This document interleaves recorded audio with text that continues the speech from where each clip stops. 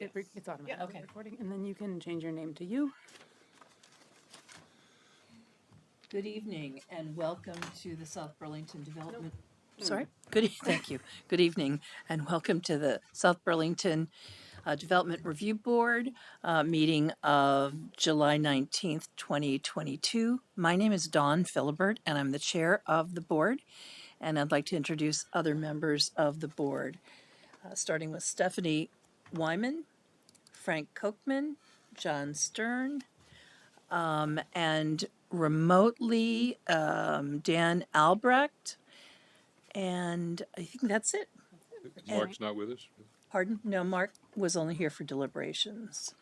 And from the city of South Burlington, we have Betsy Brown, planning and zoning assistant, and Marla Keene, who is our development review planner. Thank you for being here tonight. There's a couple of ways to participate. There's several ways to participate, one of which is to attend the meeting, as several people here tonight are doing. Another is to attend virtually, and we ask that if you are doing that, you keep your microphone and camera off unless you are actively participating in the item before the board. So if you, for example, want to give public comment, raise your hand during that part of the agenda and we will acknowledge you and you can then turn your camera and your microphone on. The chat function is for administration matters only, so we ask that people avoid chit-chatting in the chat and only use that for signing into the meeting, and I'll talk about that in a few minutes. Looking at the agenda, let's talk about emergency evacuation procedures. In the auditorium, there are doors on each side in the back. In the event of emergency, you can go out either of those doors and turn left or right, and it'll bring you outside. Are there any additions, deletions, or changes in the order of agenda items? There are not. Okay, thank you. Do we have any announcements? I don't think so. It's a hot day. It's a hot day. It's going to get hotter. Yeah. And are there any comments and questions from the public that are not related to the agenda? Okay, hearing none.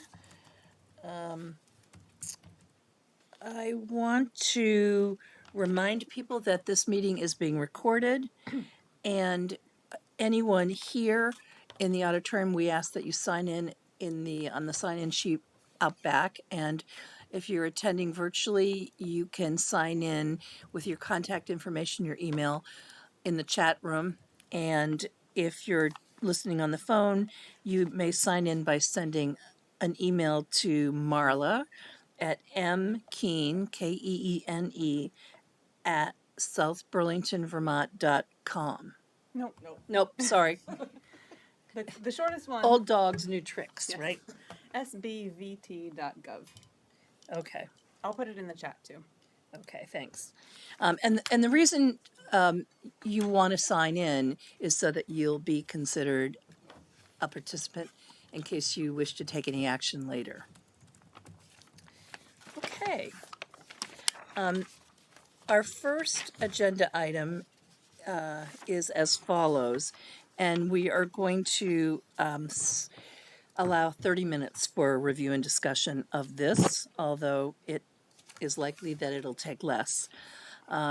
This is miscellaneous application number MS 2203 of Fernando Cresta to alter the existing grade for consistency with adjoining properties. The improvements consist of regrading the backyard with 8 to 12 inches of topsoil at 410 Golf Course Road.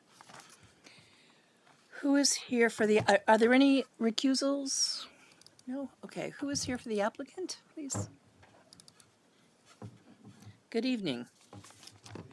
When you sit down, please make sure your microphone is on. It should show a bright green light. Good evening. Fernando Cresta, 410 Golf Course Road. Thank you. Swear him in. Pardon me? Swear him in. Yes, thank you. I was just making a note of his name. Thank you. Are you with people who also will testify? Perhaps Okay. I'm going to swear you all in. Raise your right hands, please. Do you solemnly swear to tell the truth, the whole truth, and nothing but the truth I do. under penalty of perjury? I do. Thank you. Before we get into this, Mr. Cresta, do you have anything to add to the staff report as written? I don't.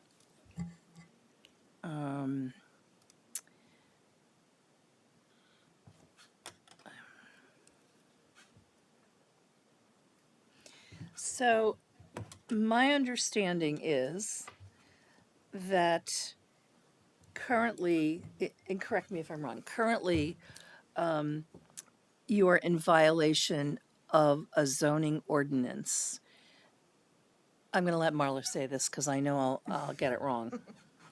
So a couple meetings ago, the board heard an appeal of the zoning permit that the zoning administrator issued to do some exterior renovations and to add fill to the backyard of this property. The board issued their decision, partially upholding the decision of the administrative officer to do some improvements, and partially revoking the portion that had been for grading of the backyard.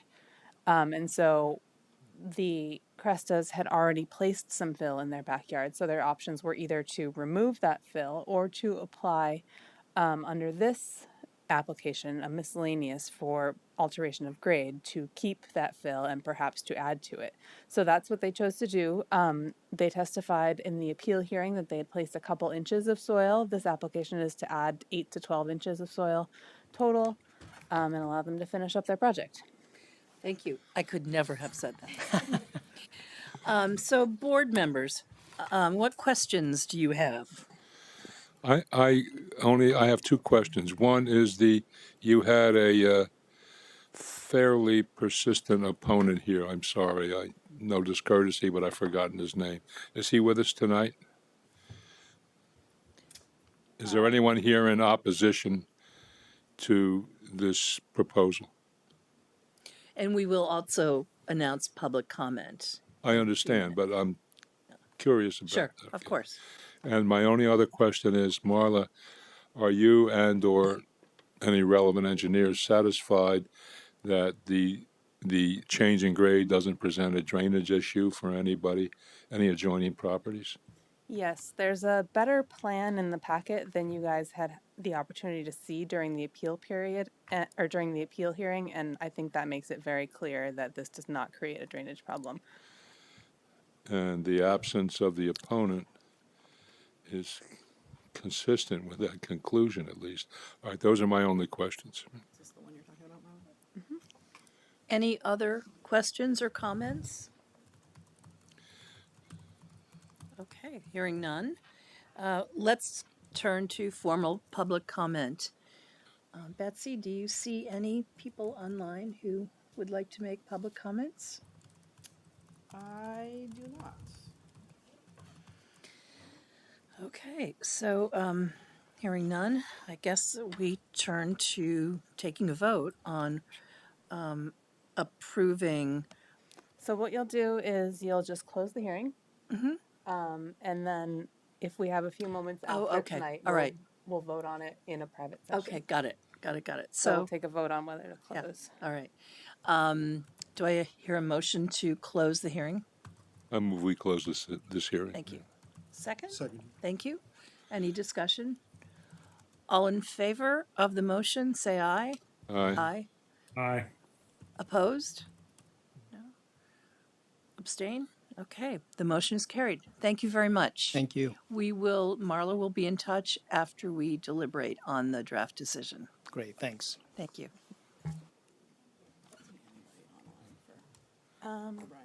So the folks that are online are for O'Brien, but I saw one person in the hallway. Yeah, I wonder if there's some people in the hall. So see if I can go grab them. Okay, so let's see. I can hear some people out there. 2 hours. Did you look at the engineering? Oh, good, okay. Did you look at the plan? There's not, No issue? I mean, there's a little bit, if you look at the grades here, No. Looking at, almost at a schematic is, this is We knew you'd come. Coming off the edge? Yeah. Absolutely. Actually, this is probably just the place you want to be because it's cool. Actually, isn't the new art cool? It's not invading Did you go all the way anybody down the hall? else's- Yeah, if you when you leave, go down past to the senior center. There's these like ones that are made from like pieces of wood and leaves and things. They're really cool. Is it one of the VCA like traveling art exhibits or? It's selected by our South Burlington Public Arts Selection Committee. So it's local. It's Yes. very local. Yeah. Yeah. We do the model and the VCA. Oh, neat. So every 6 months it changes. Oh, I didn't know that. Nice. Nice. Yeah, we hung the picture like in the weirdest spot in the house to get to too, like over the staircase, like 10 to 12 feet. And Oh, gosh. so every 6 months we look for it, like, the slide we have it. Okay, the next item on the agenda is agenda item number 6, final plat application SD 2210 of O'Brien Eastview LLC to, pardon me, create a planned unit development of 6 existing parcels currently developed with 3 single-family homes and a barn and totaling 102.6 acres. The development is to consist of 155 homes plus additional inclusionary offset units and single-family duplex and 3-family dwellings on 11 lots totaling 23.9 acres, 18 commercial development lots totaling 39.8 acres, and 25.2 acres of undeveloped or recreational open space at 500 Old Farm Road. So this is a very big project, and I think that the suggestion is that we review it in stages, beginning tonight. Yes? I just want to make sure to swear in and do We it. will, yeah. Okay, great. Starting tonight and get as far as we can tonight. We're allocating 2 hours to this portion of the agenda and get through as much as we can, which I will just add, a lot of which tonight involves us understanding what the changes are from preliminary plat and why you've chosen to make those changes. So in terms of recusals, I just want to say that I'm not going to recuse myself, but I am an owner in O'Brien Hillside, but I don't believe it's going to cause any conflict of interest for me. And are there any other recusals or conflicts that people need to announce? Yeah, I'm going to make a disclosure that my company was hired during the preliminary hearing to do some conceptual sidewalk sketches for the Old Farm Road. But they're no longer involved with the project, and I don't believe it will have an impact on my ability to be impartial. Thank you, Stephanie. Okay, I'm going to swear you in. Raise your right hand, please. And, okay, good. Do you solemnly swear to tell the truth, the whole truth, and nothing but the truth under penalty of perjury? I do. Thank you. We had one more. Roger Dickinson's going to show up at some point. Okay. So you might just Is have your to swear mic him in on? when he gets here. I think it is. You could lean in as much as possible, I'm sorry. You got an old Scoot man in. here. There you go. And if you would kindly introduce yourselves. Yeah, Evan Langfeld with O'Brien Brothers, the applicant. Oh, now we can hear. Thank you, Betsy. Andrew Gill with O'Brien Brothers, the applicant. Good. My name's Scott Homestead. I'm a civil engineer for the applicant from Krebs and Lansing Consulting Engineers. Okay, thank you, Scott. And then you guys did have Carolyn online, and she disappeared, and Corey's also online. Right. Might they be testifying? Hi, Corey. Yeah, Corey probably will. I'm not sure Carolyn will. Did you raise your right hand when we swore these guys in, Corey? I am right now. Okay. And Carolyn, you're not there? I think Carolyn got my email that said she probably didn't have to come. and Okay, all right. Raise your hand, Corey, please. Thanks. Do you solemnly swear to tell the truth, the whole truth, and nothing but the truth under penalty of perjury? Yes. Thank you. Okay. Talk to us, please, about the changes and why. if you could walk us through them with pictures and art, and just so we are really clear why things have changed. Yeah, we from, put together preliminary. a presentation that we could pull up and just kind of walk you guys through. That's a great angle for that camera. I'm wondering, we have a written version. Well, I think you have this too. You have the same report we do, don't you? Okay. Yes. Are you going to follow a format other than the staff's format for what they consider the most significant changes? Are you going to approach it some other way? We had written kind of the first comment was that so comment number 1 is staff recommends the board begin by inviting the applicant to walk through the changes. So I think that's what they wanted to do. Okay, so you'll have your own format. Okay. In this presentation, I will upload to the same website that you get the packet from first thing tomorrow morning. Okay. Okay, good. Yeah, it follows along with the changes that staff had brought up in the report. The presentation does. I think it gives an overview and then addresses the individual comments. Okay, Just so the- we'll get yeah, through the that, core- and then we'll right. probably start on the staff report, and Yep. some things will have been covered, and people might have questions, so Exactly. go ahead, entertain us. I'm going to try and get through the initial part fairly quickly. There's a number of slides we just wanted to sort of pull up to give some imagery and character to the development. The cover shot, the aerial that you just had up. Essentially, this is the outline of what's in the presentation here.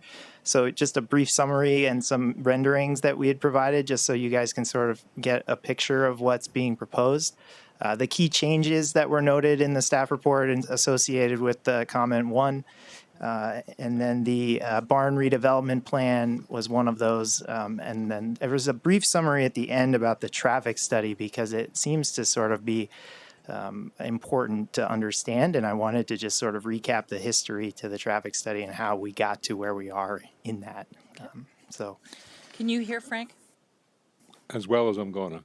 Okay. Can you pull it in just a little bit? I want you to know that these are $5,000 for these. It's just- Wow. My neighbor has They're the not same. that great. They were better 10 years ago.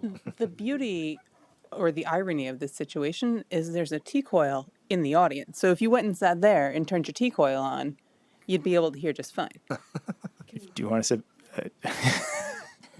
I don't know. Frank behind us is making me a little nervous. Yes. I can't see his body language. I don't know if it's easy or not.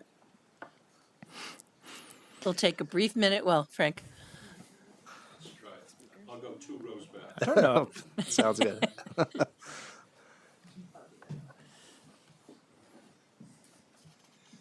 You have like I need a mirror like on a bus. Yeah. You know? Does he have to hook something up, or? I think it's a setting on Okay. the Okay. it's a setting on the hearing aid itself to turn on the T-coil. So are we good, Frank? I can hear you great. All right. Go Better? ahead, Andrew, please. Okay. So the project, this is just some brief stats about the project. Approximately 100 acres, like you mentioned in your introduction, 4 zoning districts, the R12, R1 PRD, C1LR, and the mixed IC. You can see those in the multicolor map on the right, sort of how they lay out over the project. The total density of the project is about 452 dwelling units, give or take, based on the inclusionary bonus units available, which range from 10 to 15%, depending on the type of dwellings being proposed, ownership or rental. Currently being proposed 155 dwelling units.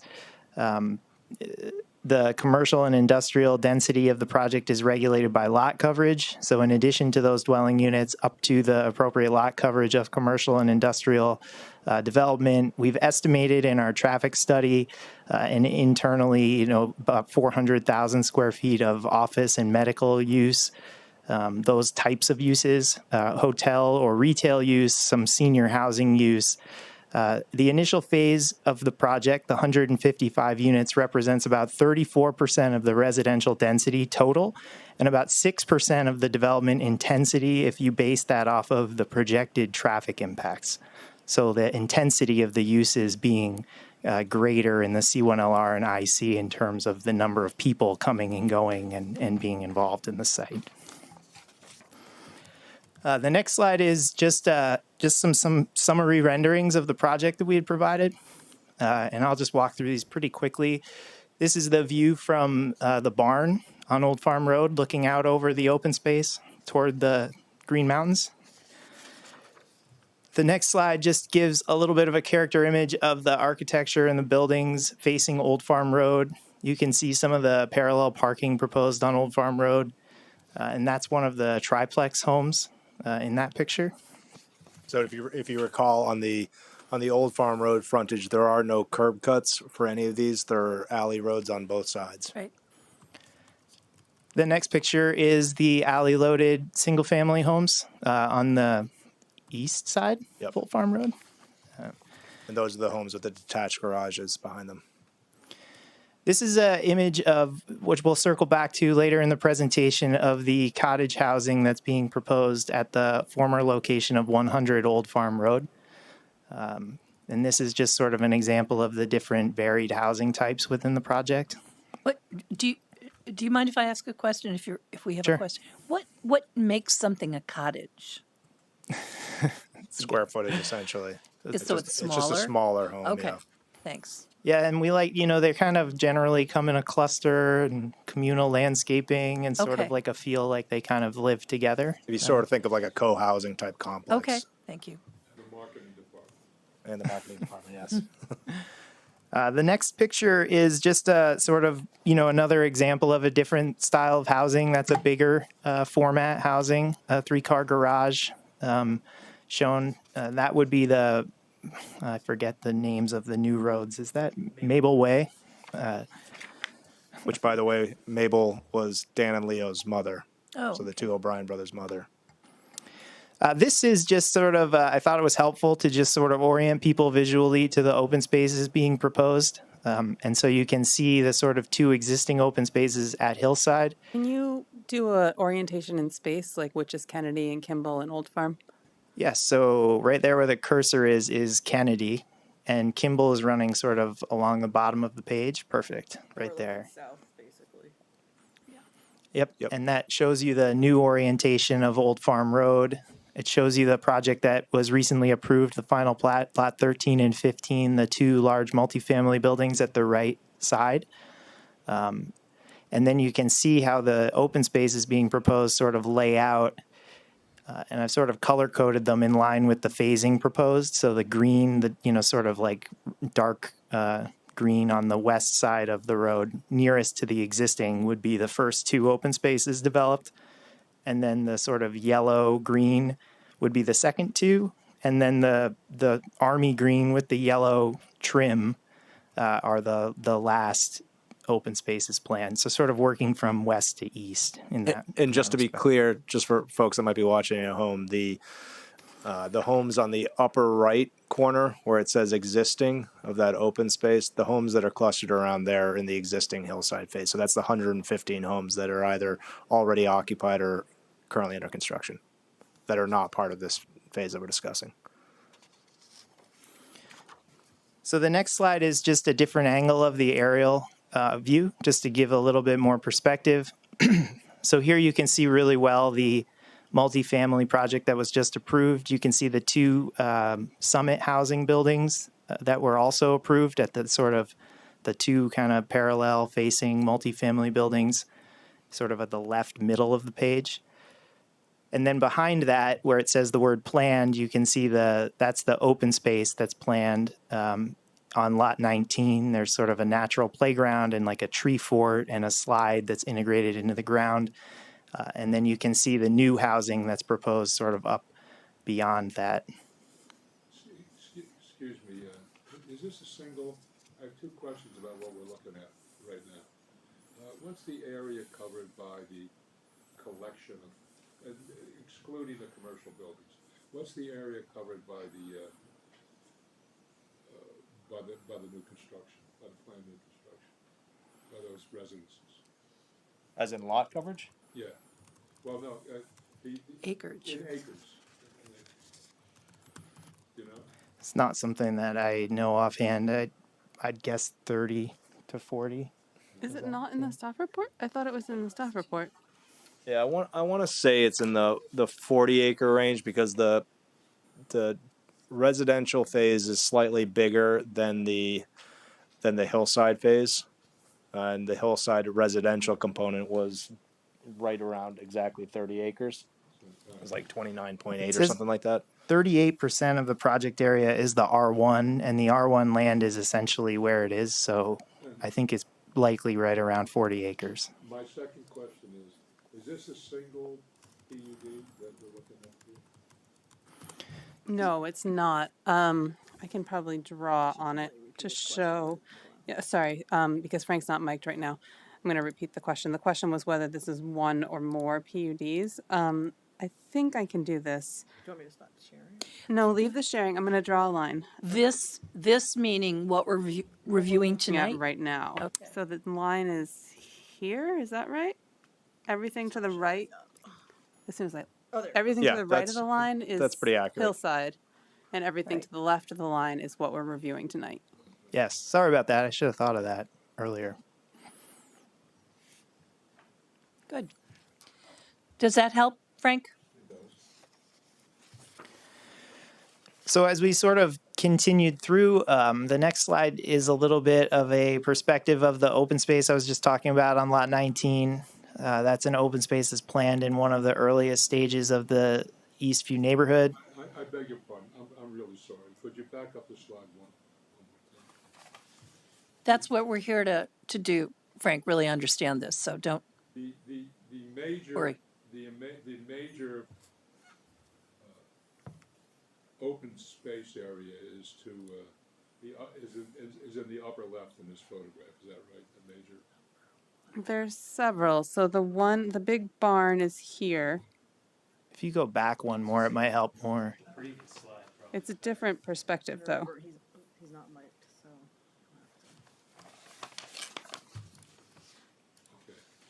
So this is the aerial showing the open spaces. So I'm going to draw the dividing line between the two projects again. No, it's okay because I got that part answered. But what I was leading up to is all of this open space open to all residents of the 155 units you're about to build, plus hillside. Is the open space open to all of them? Yes, and actually, How is that tied together? Is there a master Commonwealth covenant? Since they're separate that's where I was going. You have separate PUDs to, how is the large open space tied into everybody? That's the question. legally, Can you repeat? I'll repeat the question. So the question is, because Sue is taking minutes remotely, the question is what is the mechanism that allows all of the occupants of this, both the hillside development and the Eastview development, to use the open spaces? Right? That's it. And also, it's going to be open, I think, if I understood it from way back when we first started looking at this, the multifamily residents will also have access to the open space. Isn't that part of the plan as well? that's correct. So the question was, will the multifamily residents also have access to the open space? And the answer to all of those questions is yes. And in fact, the intent is to have the general public also have access to the open spaces. Okay, well, yeah, the answer is legally. Right. So how do you contractually do it? Yeah, That's not a simple matter. they're intended to be public open spaces, with the exception of the barn and the walking trail that's shown at the upper left, the sort of skinny little trail. And I believe we provided offers of dedication and legal documentation in the final plat for those. That trail that Marla just highlighted in blue and the area surrounding the barn are going to have some sort of access agreement in place with the city, details of which are, to be ironed out. So what I understand you to be saying is your plan for general access is for the city to take responsibility. That's what they've requested. They've requested the city to take ownership. Those conversations are not finalized, and you'll notice if you read staff notes carefully, we have avoided committing to that. But we are meeting internally and and we'll be inviting you to those meetings. That's a real big deal issue. Yeah, and we had met with Parks and Rec and vetted that proposal before we made it. If they turn you down, then what? Well, I think we have to revisit the plan because those were the conversations that we had. I think we have to revisit the plan because those were the conversations and they were open to that. So, I mean, we were responding to what the conversation was with Parks and Rec. But it's not a Parks and Rec's decision. It's ultimately a city council decision. Right. So if the applicant's request for the city to take over all the spaces except the 2 that Betsy's highlighted in blue is not approved by the council, then we would be having a conversation here in this meeting to say the applicant's proposal is different, and board, how do you feel about that? So the intention is to sort that out before closing this hearing. All right. Well, I see a bump coming down the road, but I won't interject it over there for this. Oh, sure. I'm sorry. Okay, go ahead, Andrew, please. Sure. So yes, the open spaces that we're talking about, our hope is that they'll be open to the public. Our hope is that they'll be owned and operated by the city of South Burlington, with the exception of the 2 that we've mentioned. I guess we'll be talking about that a little bit further. Here is a rendering of one of them. I just kind of put this in here because we're pretty excited about this one. It's pretty interesting. We think it's going to be a lot of fun. We think kids and families and people in the city are really going to enjoy it. We've sort of drawn this, I call it a tree fort, but there's no tree, so it's kind of not a tree fort, but we have this little tree fort in the center and then a sort of slide that's at grade where, kids can't fall off of it, some rocks and climbing elements, boulders, in likelihood will look different than this because we'll have to kind of put it together. But that was that's the sort of idea of exactly what we're trying to construct there.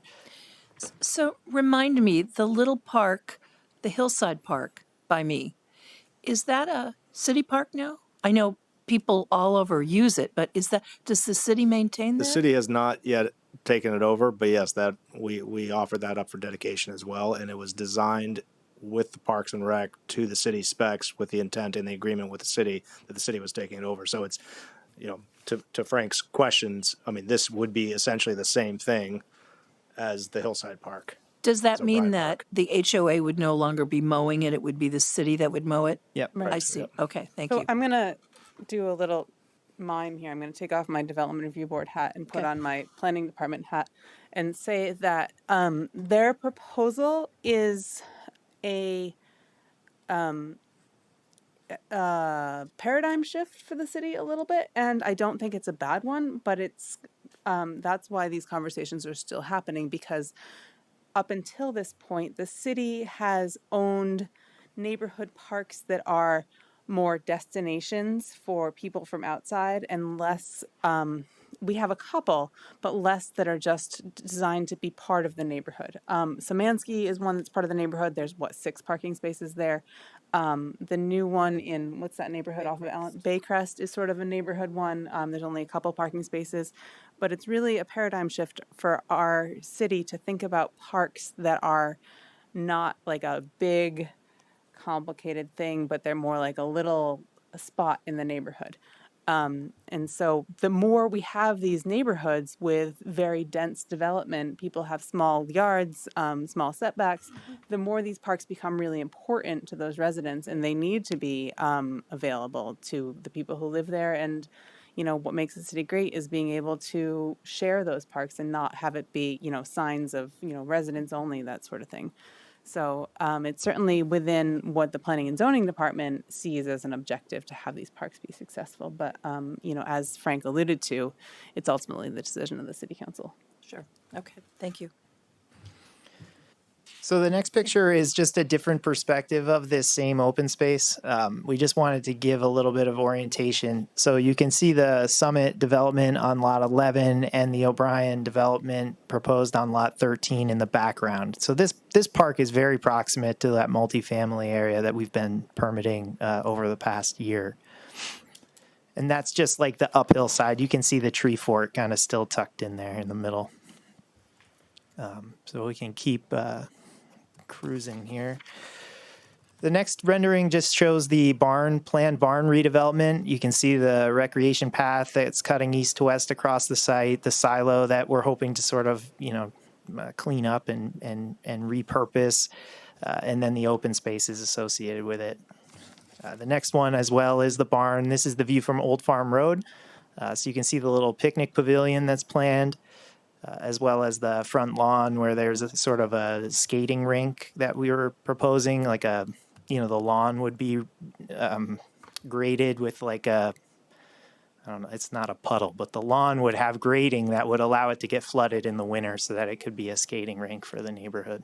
And just a point of clarification, there is not currently a proposed use for the actual barn structure or the silo. I think, a logical use for the silo could be, first floor public bathroom, something like that. That would be an amenity, or service for the park. But again, right now it's just repurposing the barn, the exterior structure, and taking down the single story addition that's on the south end of the barn.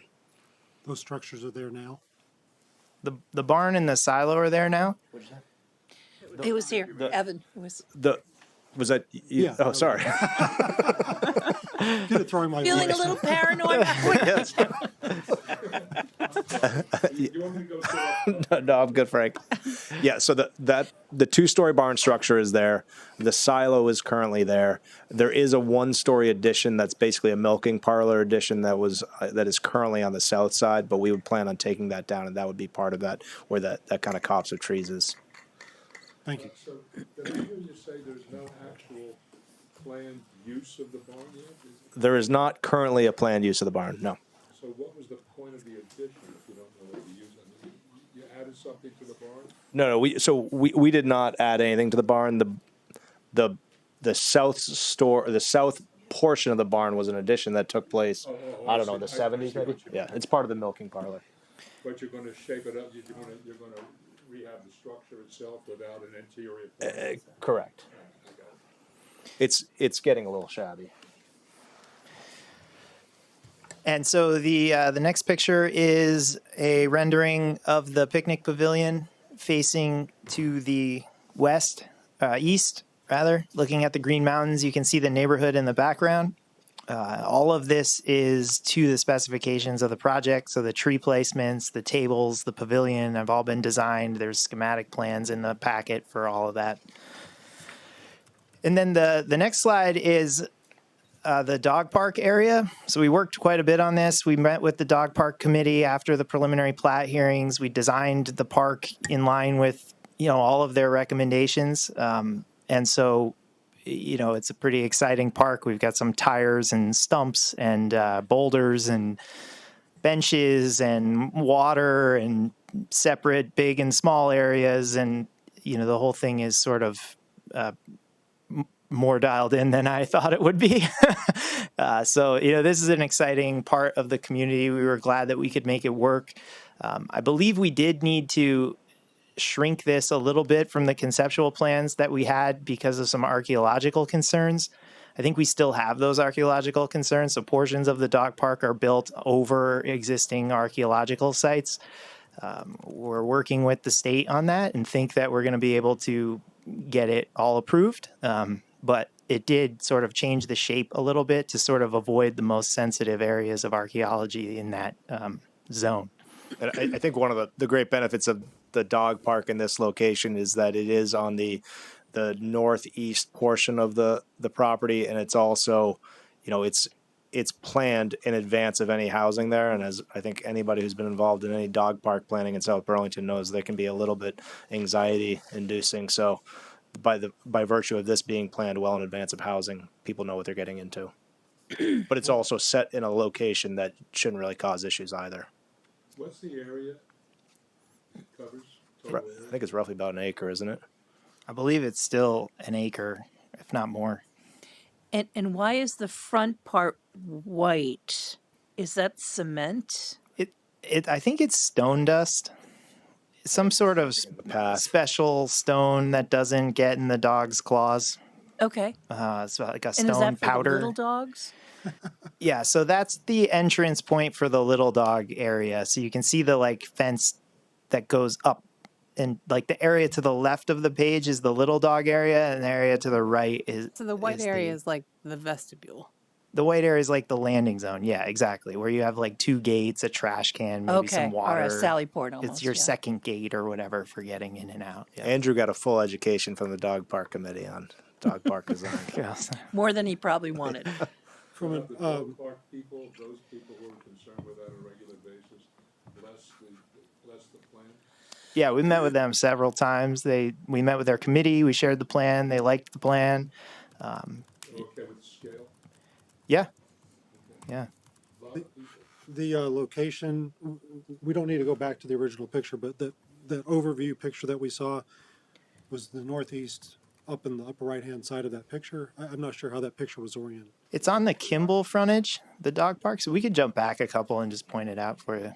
And what, What's there now? There Is you kind go. of where, yeah. So the Where is dog it? the dog park is the lower left with the yellow highlight around the army green.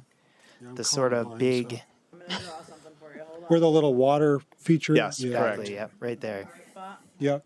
And so that's basically across from the INS building, the not the INS, sorry, that's the Blind Association for the Blind building on Kimball Avenue. And is this rendering, what's there now? I believe it's a field. I get a little bit turned around out there because some of it's got scruffy trees on it, but I believe the dog park's in the field portion. Okay. Again, adjacent to those scruffy trees and the sort of ledge that starts popping up there. And that water feature in the dog park pictures is there now? That's a stormwater gravel wetland, so it's not there currently. It's not there currently. But there's some wetland there, isn't there? There is a wetland beyond that wetland. Okay. Yeah, that's a little confusing. to the upper left of that, the blue oval that And the That's wetland just impacts are one of the things that changed, right? So you're going to talk about that. that's a different wetland. we limited the presentation to the things that you had listed in the larger items you had listed in your packet. Oh, okay. All right. This is That might good. have been a misunderstanding, but Thank you. sure. So the if we want to keep going, we had there you go. So this slide shows the dog park. The next slide just is a rendering of some of the walking paths that are planned. This exercise fitness loop, so you can see some of the equipment that's been specified for that. I think this was one of the ones where the city was unsure about the ownership because, the city is okay with owning a rec path, but maybe not maintaining exercise equipment. So that was one Okay. of the conversations that's been ongoing, just to be full disclosure to you guys. And so for reference, kind of to get an idea of it's sort of similar to what Burlington has down on the bike path down on the waterfront, that type of kind of exercise Oh, staged right, areas, right. pull-up bars and things like that. So the the next slide, there's just another rendering of the walking path, exercise loop. We kind of keep going. We get into the sort of conversation of the changes. So maybe we misunderstood the directive a little bit, but we focused on the changes that the staff report had brought up and brought to your attention. I do have some summary tables of the other changes, and so if you're interested, we can walk through those without a presentation and just sort of tell you what happened there and what we were doing. But the Tilly Drive rec path connection was one of the changes that was brought up, and so I think this slide sort of sums it up.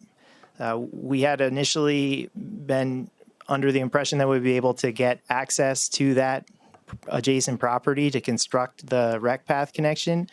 And that access, we were not able to get an agreement with the adjacent owner. And so, in conversations with the city, we sort of discussed how we could go about addressing this.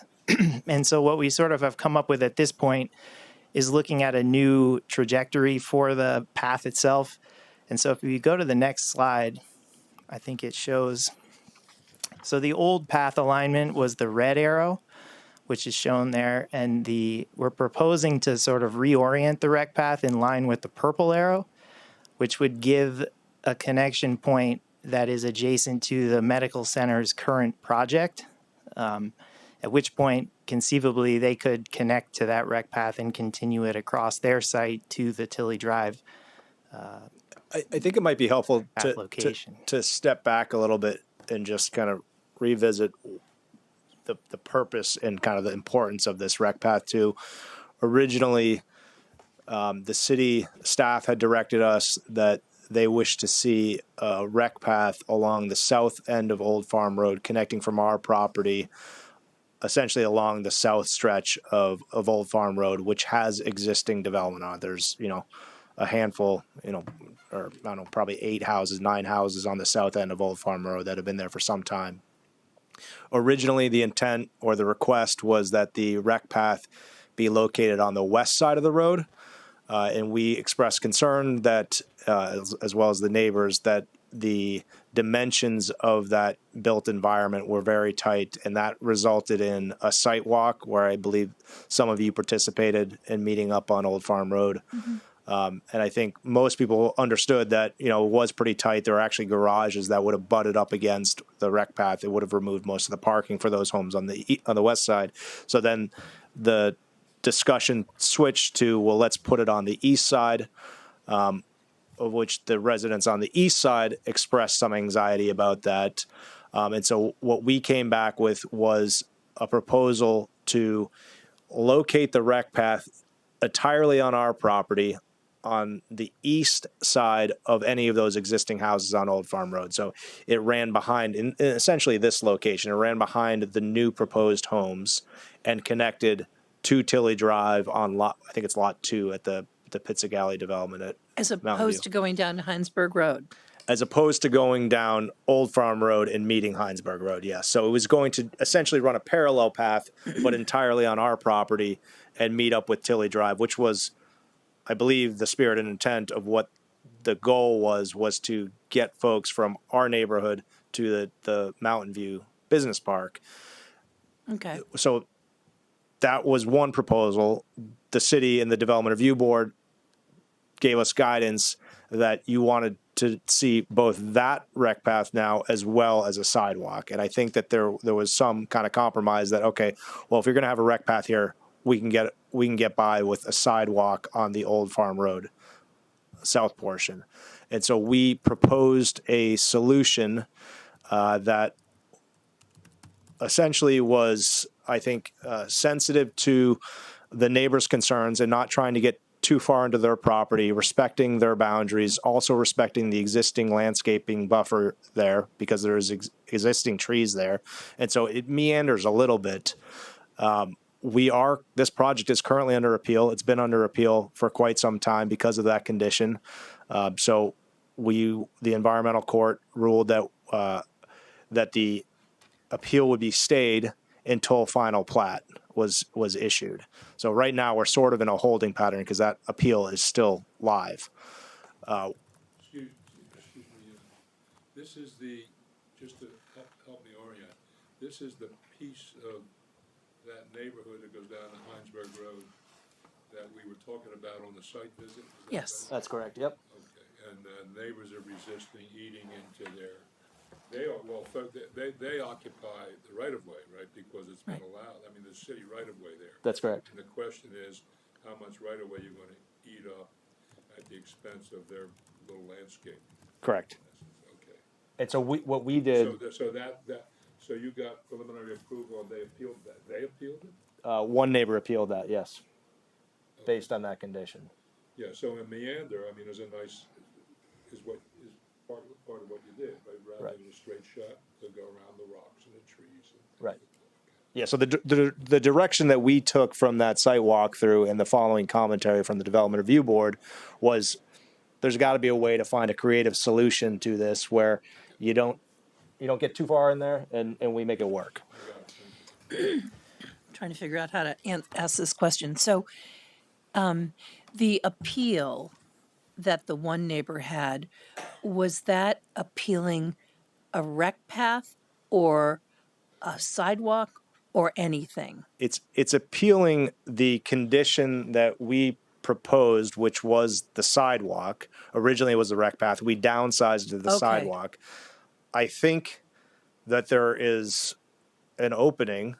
I don't want to get too far in front of myself, but I believe that there is an opening and a level of flexibility based on a correspondence that I saw today. I don't know. Marla, has the Development Review Board seen that letter? I sent it, but I told them that since we're going to be having multiple meetings, that they didn't need to take Okay. the time to read it. Okay.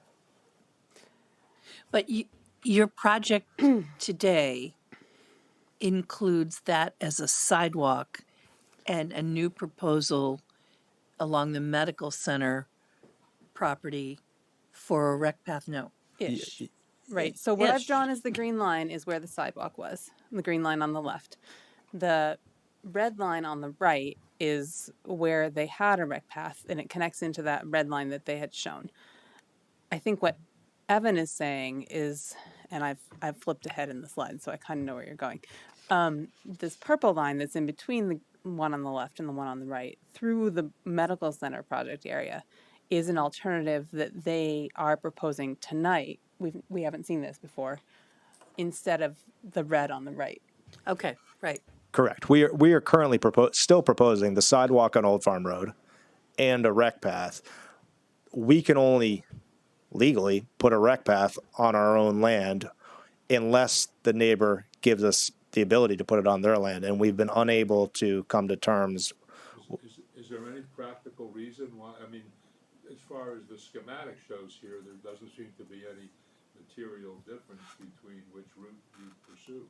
Is there in fact something I'm missing in the topography or the? So the purple line, if you go to the next slide, you can see that by placing the path where the purple line is, we enable the medical center project to continue that path along where this, I should have kept it purple, Confusing now. but that, Purple is now red?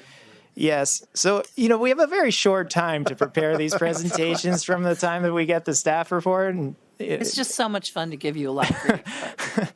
so that's the purple alignment. And, it appears to us that there's plenty of room to run that path down there without even impacting the current proposal of the medical center. Okay, sounds like substantially, except with a slight variation in the precise route, we got what we asked for.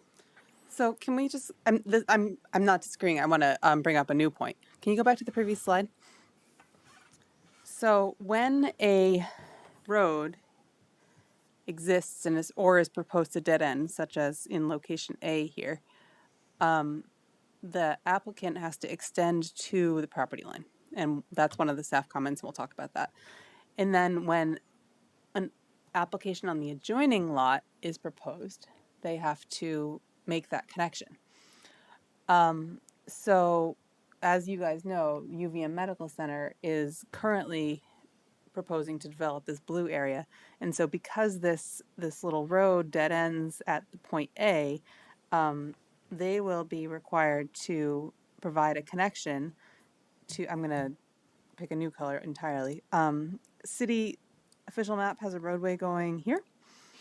So the UVM Medical Center project, a future roadway, right? The official map has a roadway going there. Okay. It will be the responsibility of the developer of that lot to build the roadway. If that lot never develops, the city will, again, planner hat, eventually have to decide whether to abandon that plan or to build it ourselves. Okay. The developer of a parcel that is adjacent to a future roadway and adjacent to this connection is going to have to make some concession for there to be a roadway. Whether they have to build it or provide a right-of-way for it or what have you will be the subject of a future DRB hearing. But the path that the O'Brien Eastview project is proposing should somehow contemplate that there's going to have to be a road connecting from whatever you guys have called that one to future city roadway, and think about how that rec path will interact. Okay. Okay.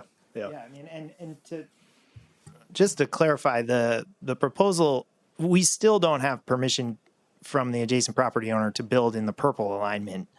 And so our proposal is to build to our property line, and that, that project, which is a substantial project, would figure out how to connect the neighborhoods, as is sort of the obligation of developers who are proposing projects. Okay. So will we see at a future hearing a plan that shows a rec path to this purple location?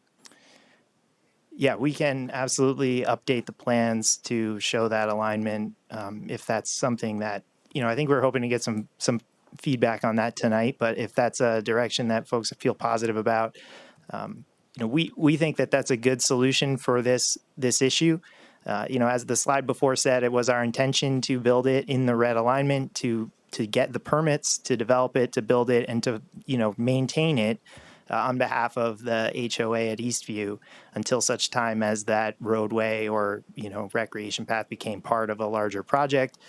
We were unable to get that permission, and so, we were not able to propose that. And so we think this alternate alignment that sort of ensures that there's a live project that can complete it in the near term is a good sort of middle ground. So the question then, I don't know, it comes up in the staff report, so it's up to you if you want to kind of talk it through as a board now or talk it through in the staff report. But I guess the question they're asking is, does this seem like a good alternative? And if so, then they'll run with it. But if not, then they're not going to spend the engineering time to run with it. Sure. What do you think, board? And so you're not proposing to build the purple thing? We're proposing to build it to our boundary, and then it would be the adjacent development that would be required to make the connection. And your boundary is the dotted red line? Correct. Okay. Sorry, let me clear what I drew. So are you proposing to build what you've shown in purple? What we're suggesting is that we would, as is typical with any development, we would build to our boundary, and then the adjacent development would build their portion of it. So my understanding is that the medical center project, when they come in for final plat, they need to have that alignment on their application, and it will be their responsibility to construct the path to make the full connection. That's my understanding. Is that correct? That's our understanding, yeah. So your current plan does not include that purple line as it exists on this schematic? Well, we can't build a path on anybody's property that's other than but ours. you had proposed a path on somebody else's property at preliminary plat, and the board accepted that as truth in making their determination on the sidewalk on Old Farm Road. And so I guess that's why I'm asking so many questions. No, and I agree. That was 100% the case. The difference there, though, was Lot 2 was not under active development. And so our perspective is, if another lot that's immediately adjacent that is adding a bunch of trip ends and is putting a bunch of employees on site. Well, has there been any discussion with the developer of that lot about the purple line? Yes, we have proposed this to them. And they have responded how? Essentially, we have not received either a positive or a negative response yet. I can't speak for them. They're actively in development in front of you guys, so it would seem to me that a project of that magnitude. This is lot 2, Evan? What's that? This is is lot lot 6, 2? I believe, right? Yeah, it's sort of left of the red line. The red, it's the blue highlight area. The medical center. Oh, that's the medical center property, the surgical center. Okay. So if you go to the next slide, you can actually see how it lays out on that. Well, wait a minute. So what you're saying is, depending on how important we see, so this is, the purple line is a hypothetical. Someone, either medical center has to agree or someone has to make them complete the connection, right? I guess that's one perspective. I guess my perspective would be, is it important to the Development Review Board in the city that there is a pedestrian connection there? And why is it 100% the responsibility of a residential developer versus a commercial developer? Oh, I wasn't trying to be contentious. I was simply trying to describe the situation. No, and it's a valid question. I think the original reason why this became an issue and why we proposed to build at our cost on Lot 2 was because there was no proposed development there. And so the city's response was, well, how do we know that this connection is ever going to get made? So we actually proposed to the owner of Lot 2 that we would build it at our own cost and maintain it at our own cost until they developed that site and started actually using it, in which case, at that point, they would be on the hook for maintaining it. They wouldn't be on the hook for building because we would have already built it, but they had to maintain it, and we were denied. So, you know, we have tried to be flexible here and work around the situation that we're trying to meet a request of the Development Review Board and be flexible here. But at some point, you know, it shouldn't all be borne by the cost of the residential housing, which again is just going to the cost of housing, versus a balanced approach, which is that those commercial users are also going to be using the. I get it. I'm satisfied with my initial description of the circumstances. But the issue is that we should be looking for some representation, something from, depending on how important we think this connection is. I mean, it doesn't, you know, there's nothing about the housing development that says it necessarily has to be there. But if we think it does, then we need to hear from the medical center in connection with this proposal in some fashion. Now, I don't know how that discussion gets brought into our ambit, but Can I ask? leave it out there. It doesn't make sense to go on talking about this connection when we don't have this critical party weighing in. Agreed. If Go ahead, the DRB, sorry, Frank, if the DRB insists that you build your portion of the connector on your property or on your development, and then for some reason the medical center doesn't do it, how weird, how odd does it become in your project to have something that just sort of stops or doesn't? Is it a problem? What does it do to you? I think it's a little bit awkward, but again, I mean, I don't see it necessarily as critical to our development functioning. It's more of a city objective of connectivity. Right, and that board had that objective in mind when they made their preliminary plat decision. That the board had the assurances of the applicant at preliminary plat that there would be a pedestrian connection to, or a bike path connection to Tilly Drive when they said, yes, we are preliminarily approving this project. And your offer is to provide the portion that would be under your control, and then whatever happens beyond that is sort of our responsibility. Yeah, and listen, I mean, we're not trying to be obstructionists here. I mean, we're not going to let a project of this magnitude and this importance die on the vine because of a connection across someone else's property. But we just can't physically or legally build it. And secondly, I think that there's just a level of, you know, appropriateness and sharing of cost. Right. I think we Get should it. have a little bit of a additional conversation about this, because I think that there's some assumptions that were made at preliminary. I think Evan makes some good points, and I think that we need to talk about what is important for this project, keeping in mind that, you know, projects sometimes are affected by their neighbors and sometimes cannot go forward without their neighbors' involvement. So, you guys here are welcome to continue discussing it, but I just want to make sure we circle back to it at a future Sure. date as well. I'm thinking we should start to move ahead. And this is going to be a common theme, I think, as we talk about this. But let's kind of move on so we have a better understanding of what you're... Yeah, and just to kind of close that loop, though, I mean, my assumption is, I mean, the medical center has always been, you know, open-armed and relatively, you know, amenable to working with us. So I don't really see it being a big issue. I think the conversation just needs to come up. Sure. Okay. All right. So yeah, there are additional comments about this that I think we can get to in the numbered comments, but I'll keep running through the changes. So, I mean, this, just sort of backing up to a 50,000 foot level, this was a key change. It was something that we thought we could do. We were advised that the property owner was amenable, and it changed. And it wasn't because we didn't say we would do it. We absolutely will do it. We'll do exactly what we said we would do. We'd pay for it. We would maintain it. We would build it. And we were denied the ability to do it of no fault of our own. So right. that change, we had to remove that because we're unable to do it. So if we keep going through the presentation, we can get to the next key change, which would be the stormwater pond locations. So if you get, it was a shoot forward one, I think. So at preliminary plat, we had proposed one large stormwater pond on the north side of Kimball Avenue, where that arrow is pointing. As it turns out, apparently that's a sensitive archaeological area, and so we're not able to put a stormwater pond there. And so we had to look at where we could locate that sort of massive stormwater practice on the other side of Kimball Avenue in the development lots that we had laid out, and sort of how to make that work. And so if you, I'm going to flip forward one. So we basically tried to look at, how can we incorporate this pond in a way that's logical? The pond location, it can't go anywhere, right? It has to be somewhere that everything's going to drain to. So it has to kind of be a low spot. And it also gets sized based on like how much water is coming into it, right? So the size isn't flexible. It has to be as big as it has to be.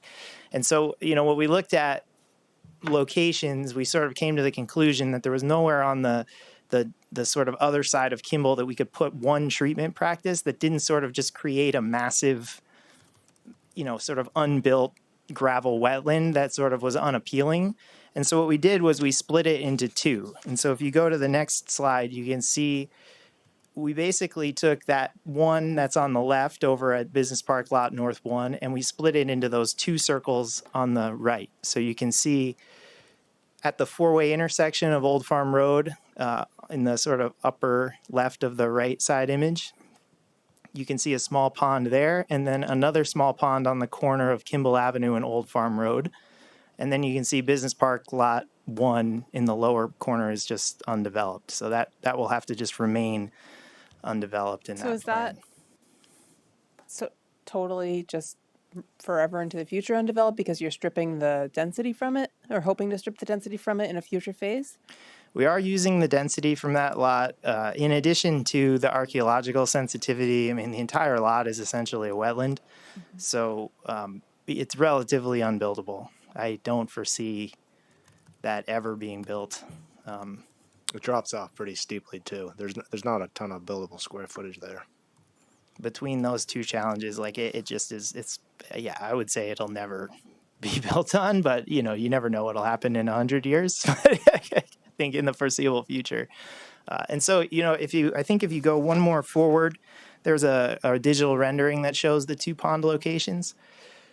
So you can see how we split it into those two areas. And then if you sort of in addition to adding the pond, we added some homes around the pond as a sort of transitionary element, trying to make that corner lot work in this new configuration. So if you go forward one more slide, you can see sort of where those four homes land, where it says lot 24. And you can see they were sort of straddling the zoning district boundary of the C1 LR and the R1 land.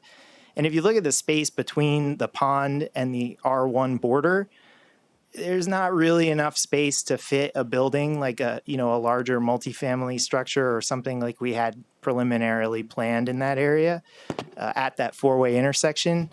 And so what we did was we tried to just use it as a transitionary element, and we created sort of another alley-loaded situation. And I believe the next slide shows a rendering of sort of how that lays out, a close-up.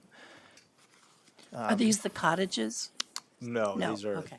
These are larger single. So here we sort of set up a 3-story front facing the pond. We connected them to a walkway. We sort of laid out a landscaping plan that we felt was quite nice. The rendering has an error in it, which is that there is no sidewalk in the alley. That's not on the civil drawings. It's just in the rendering. So there is not intended to be an alley there. And then where that red circle is, we'd proposed a building lot, sort of as a way of, in the future, sort of making a more substantial building there, something that would address both the street and the sidewalk and sort of connect the different areas. So the two stormwater practices, they're both gravel wetlands, right? So they would not be actually containing water when it's not raining. to speak to that. Yeah, they are designed as gravel wetlands, so Okay. there would be. So for those to there be would shown one- as ponds is sort of inaccurate. Misleading. Yeah. Yeah, and it looks like the one on the left is actually right, because I think it's just the forebay forebay. that's got the water in it. The one on the right, I don't believe is going to be wet like that. Every new practice is a gravel wetland, so there would be a small permanent pool for the forebay, but the rest of the practice you would only see standing water in it during relatively larger storm events. Yeah, so the new practice is correct, and the one on the right is incorrect. I don't see the one on the left. I'm sorry. There's like a little puddle in front of the second home from the right. Oh, I see it. Thought it was a sand trap. Oh, yeah, it does look like a sand trap. Okay, got it. Thanks. I have a question about something that's semi-aesthetic. Do you know that property at the end of Edgewood Drive, just before it turns into Hadley Road? That 5-story building that Eric Farrell built. I think Eric Farrell built it. It was the last one on that road. With that, there's I think what I take to be a stormwater or some kind of treatment in front. It's got these really not. I mean, I like it anyway. I don't know. It's just my thing. It's got these water plants growing out of it. You know what I mean? I don't. I haven't seen that one. What's the location again? It's the one across from the Twin Oaks. Oh yeah. New one. Okay. Yeah. And it's in the front. It's in the front of the building. It's between the street and the building. Yeah. And it just looks like it makes it. It's obviously got a drainage purpose, and it just makes it look very, very attractive. I think with the reeds and other vegetation growing in it. Very natural. I'm assuming that is good practice, at least ecologically, and it doesn't hurt it. And rather than just open water, something like These will all. I can't speak to the specific plants, but all the gravel wetlands would be planted. Okay. So they do have plants. They have stuff growing in them. Okay. Okay. So you can see here how at this corner we've tried to sort of create a transition. We've worked with the two zoning district boundaries. We've made some sort of a larger 3-story structure on the downhill side that's 2 stories on the back on the alley side to sort of take up some of the grade change. And we've tried to sort of landscape it into like a sort of a park feel that the landscape architects were working to design here at this intersections. You can see the kind of arcing sidewalk on the other side of the road as well, and how it all kind of works together to create this open space. So, and then at the next slide, we just sort of showed a conceptual rendering of how development can lay out around that stormwater pond. So by splitting it in 2, we were able to sort of make it small enough that you can fit some buildings uphill of it. This is just a conceptual idea of a, sort of cool way that you could have some commercial development and a connection to the street there. But that was sort of the guiding principle. We wanted to still be able to engage those 2 corners. We didn't want the practice to be too big, and we wanted to sort of make it work in the neighborhood as best we could. So those were sort of the guiding principles there the staff report is asking about. Is that a walking path across the water? That's what it's showing. Yeah. Sort of like a little bridge, and that's like, again, that's just an idea of, some of the feedback from the preliminary plat hearing was how do you make these kind of interesting pedestrian connections to the commercial area from Kimball Avenue, and so we were trying to kind of think through that with some of these renderings that were developed. Was the commercial area included in your sizing of your gravel wetlands, or is that just you're gonna have to size it later on once you have an idea of what you're doing? So the ones that are shown are actually only sized for the roads and sidewalks and so forth, but we have done preliminary sizing for the commercial developments in a different location. Okay. So the next key change that was highlighted in the staff report that we can run through was the change at 100 Old Farm Road. So this is a screenshot of the preliminary plat, and you can see the existing house labeled 35-1. As this slide here is pointing out, there was a weather event that damaged the home. basically rendered it unusable. And so, given the reality that we owned a home that was essentially unlivable, we sort of took a look at how we could work that into the development. And since we had to rebuild it anyway, sort of what we could do to make the development better and use that land perhaps more efficiently. And so the next slide shows you sort of the guiding design elements of how we laid that out. We definitely wanted to preserve the mature trees on the border of the lot with the neighbor. So you can see that sort of green strip there. We didn't want to get into that. We wanted to be sensitive to the neighbors in the surrounding development. We needed to get stormwater and sewer back into our neighborhood. And so if you think about it, Old Farm Road is sloping down here towards Heinsberg Road. And so we needed to be able to drain essentially back into our road network, which would be going uphill. And so how you kind of make that work. And so if you go to the next slide, you can see sort of what we laid out. So we ended up being able to fit 5 of the small cottages here in sort of a linear format. We put an interconnected sidewalk in front of them. If you go to the next one, you can see another image of it. So this is the image as you're coming up Old Farm Road of how they lay out. And so that mature tree line we wanted to keep is on your right here in the image.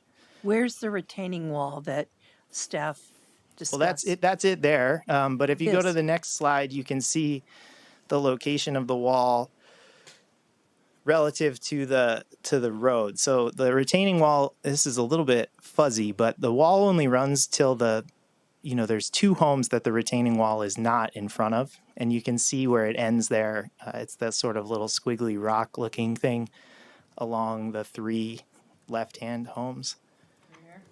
Exactly there, yeah. So it would be kind of a landscape boulder kind of retaining wall, not just a, Yes, concrete. similar to the hillside boulder walls that we've created. Oh, okay. So it creates, Yeah. not only serves a purpose from a stormwater perspective, but it's also creating aesthetic interest. Okay. For And so kids to climb on. If you look at this image, you can see sort of, sewer and stormwater needed to go back to Daniel Drive. And so if Old Farm, if those homes, like the configuration that we use a lot in the neighborhood, the homes sort of step down the hill. So like the home nearest Daniel Drive would be a little higher than the next one, a little higher than the next one and the next one. But if you do that in this location, the alley ends up draining right towards the neighbor's pool, as does all the water that the homes are shedding off. And the only direction you can send your sewer is the same way or into a pump station, which, has all kinds of other problems. And so then you end up needing to locate a stormwater practice next to the neighbor's pool where all the trees are, or running a pipe along through the trees, and it sort of becomes a bit of a mess. And so that's why the homes are tilted up, and that's what the retaining wall is being used for. But we felt like it was a good fit. It provided, 5 more cottages, which was something that preliminarily the board was really keen on having in the neighborhood. And so that's where we landed with the design. Where's the high point on Old Farm Road? That's a great Scott question. It's based, there's a long relatively flat section of Old Farm Road, basically between Daniel Drive heading back towards Kimball before it starts to go back down. So really Old Farm Road is sloping back towards Heinsberg Road. So in front of these homes, it's still coming up, and then you get to Daniel Drive and it plateaus, and that's the high point. That's correct. Could you flip back to the retaining wall again, please? Thank you. So when you say cottage, what comes to mind are those little red cottages on Kirby? Yes, Kirby. Is that the kind of what you have in mind? Exactly. Yeah. Yep. Okay. All right. And there's the reason I included the other slide was it's the landscaping plan. So you can see that there's a ton of trees, shrubs, and plantings planned for this area. If you skip back forward to that. Does that collection of cottages with respect to your marketing imply an increase in the number of units for the project from what you presented at the preliminary plan? There is an increase in the number of units in the project from the preliminary plat. By how many? I believe it was eight or nine. I'm not 100% sure. It's not more. It's more units being proposed in the initial phase, but it's not more units than were Total. included in totality. There's no more land involved in the project. It's just that, we removed one home and put 5 cottages. So that's an increase of 4. And then in the other area, we added 4 homes on the lot where the stormwater pond was. So I guess that would be 8 total. Oh, but we removed a cottage in another location to make that work better in line with your feedback. So I think maybe we're at 7. So the description of 155 units is no longer accurate? No, it is accurate. The preliminary plat had 148 or something. Yes, 7 less. I have a quick question. Sure. So is the standard for, the height above pre-construction grade still going to be applicable here? And with the additional fill, how does that work? I believe it would be. The homes won't not comply with the height regulations at 2 stories. I don't think regardless of that existing, we're not bringing the grade up that much. I think the height limit's 35 feet or something, or 28 feet for a pitched roof, and so these will be in that range. Okay, even so if you're you not account changing the for- grade significantly in this area to make it so it would. I think it's coming up it up. 3 or 4 feet, but that's the equivalent of a walkout basement. Okay. I wouldn't think that there would be a height issue for these homes, but we'll look into that. Okay, moving on. So the other comment in the staff report as a change was the barn redevelopment plan, and when I looked back at it, we actually proposed this to the board during preliminary plat, this change. But we can, sort of talk through it. Originally we had proposed this as a pool and like a resident club and a sort of private amenity. And during the preliminary plat hearing, we sort of revisited the notion of having it as a private pool or a private space. And we sort of wanted to open it to the public. We wanted it to be more of a scenic park where, everybody could go and that, the whole neighborhood could use and people from outside the neighborhood could use. And, maybe eventually the barn would be some sort of rentable space or event space or, they just wanted to make it more open.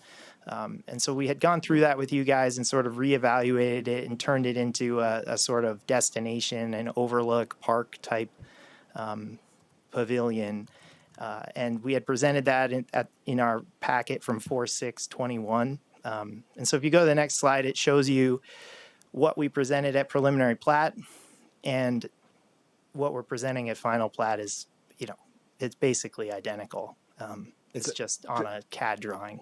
Just to add to that, so I don't know how many of you are familiar with it, but it's probably going back 9 or 10 years ago. The city went through a rebranding process, and the group that they worked with came to the conclusion. I think there were 3 or 4 nodes in the city that reflected kind of the major geographical sort of nodes of the city, and one of them was this ridge and the view from this ridge. So that was part of the thinking that transformed it from being kind of this private HOA club to sort of the Overlook Park on Spear Street. Mm-hmm. It was a little bit, this is a little bit like this. I think this is actually a much more user friendly. There's a lot more space to get out and, actually use the space, but it has a similar type, Overlook looks west of the Adirondacks. Beautiful This view. looks east to the Green Mountains. What's the footprint area of the barn? Of the actual barn space or of the whole actual barn lot? space. Do you have any idea, Scott? I don't have it off the top of But my I'm trying I to would say get- 3,000 square feet. What I was trying to get at is would it be amenable to really a public performance space or a public convening place of some sort. Yeah, it's a possibility, and we've kind of bandied around some ideas. It is sort of an interesting space. The way the barn structure is, the hayloft is not a big open hayloft like you see in a lot of older barns. It has a lot of beams running throughout, so it does break it up. But yeah, I mean, we're open to a lot of different ideas, and we had even referenced in this presentation kind of a quasi-public use. So the intent is not that it's just locked off from the public. Yeah, I think there's a need to have that more settled before we close, because I think if the city owns the space, but the project owns the barn, that gets really awkward in the future. So we'll make sure we keep moving that process forward. And I don't know that the city wants to own a barn that doesn't have a use, because then we're paying to maintain something that's not being used, and that gets awkward too. So it's very thorny issue, and I don't This really was know where one it's of going. the parcels, perhaps for that reason, that when we met with the recreation department, we sort of decided on an access agreement versus ownership by the city. So I think that we had proposed in this area that this would be maintained by us, and there would be a public easement to use it. But yes, that would certainly be an Okay, issue. good discussion. So we can cruise through the next couple slides here. This was just a rendering you've already seen of that space. There is a sledding hill, there's a picnic pavilion, and then there's the sort of depression for the skating rink. So this is the sledding hill that you can see in the foreground here. I have a stupid question. How are the soils up there if you're going to flood it for ice skating?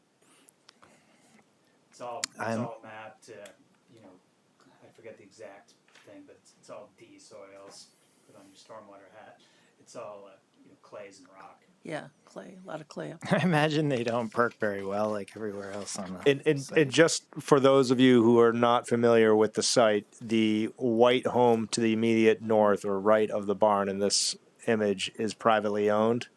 So there is a 3-acre site that's not owned by the company. Yeah, if you go to the next slide, it it's not actually makes that pretty clear. So that's the project plat. We just wanted to call out the lotting. We'd put the barn on its own lot 49, in the lotting, so that the separate ownership could get sort of sorted out. But that big white parcel is not owned by the project. Do you have any concerns just if you're going to be grading a depression in there when it's not winter of that filling up with how's the drainage if you have de-soils? There's not really anything. The only thing that would get into it is literally the rain that falls on it. Everything else would grade around it. So I don't really have a lot of concerns there because it's just grass that would sit there. There's no road or building or anything that would grade into that place. It'd be burned up around it. No concerns that it'll eventually turn into a wetland and then. Okay. Can you skate on wetlands? That's why I'm trying to help you out here. I just know how things go in Vermont, and if you have a created wetland that you made an oops on, they're just like, well, yeah, that's a wetland now. Generally, we see that more when there's a source of runoff too, like a significant upslope area or something that's strict, or even a stormwater pond that's outletting to it or something like that. But this is literally the only water that's going to get in that is the rain that falls on it. You could certainly look at putting a little 4-inch drain or something in there if it becomes problematic.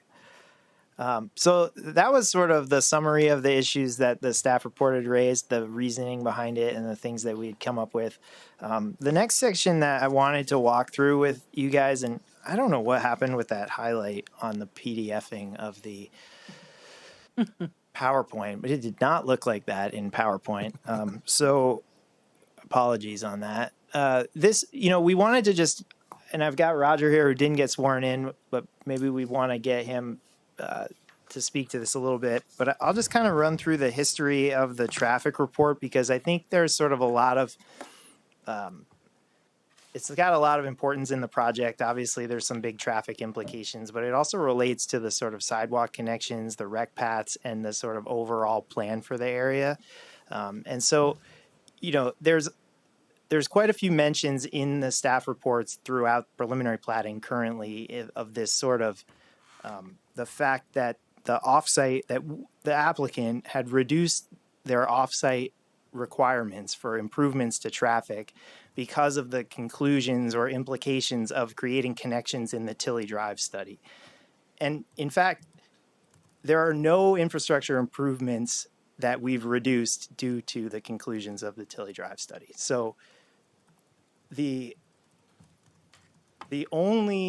reductions in the offsite improvements came from reducing the intensity of the development we were proposing. So if you kind of go to the next slide, I'm sorry, reducing the density or intensity? the intensity so that we were proposing to sort of permit in full.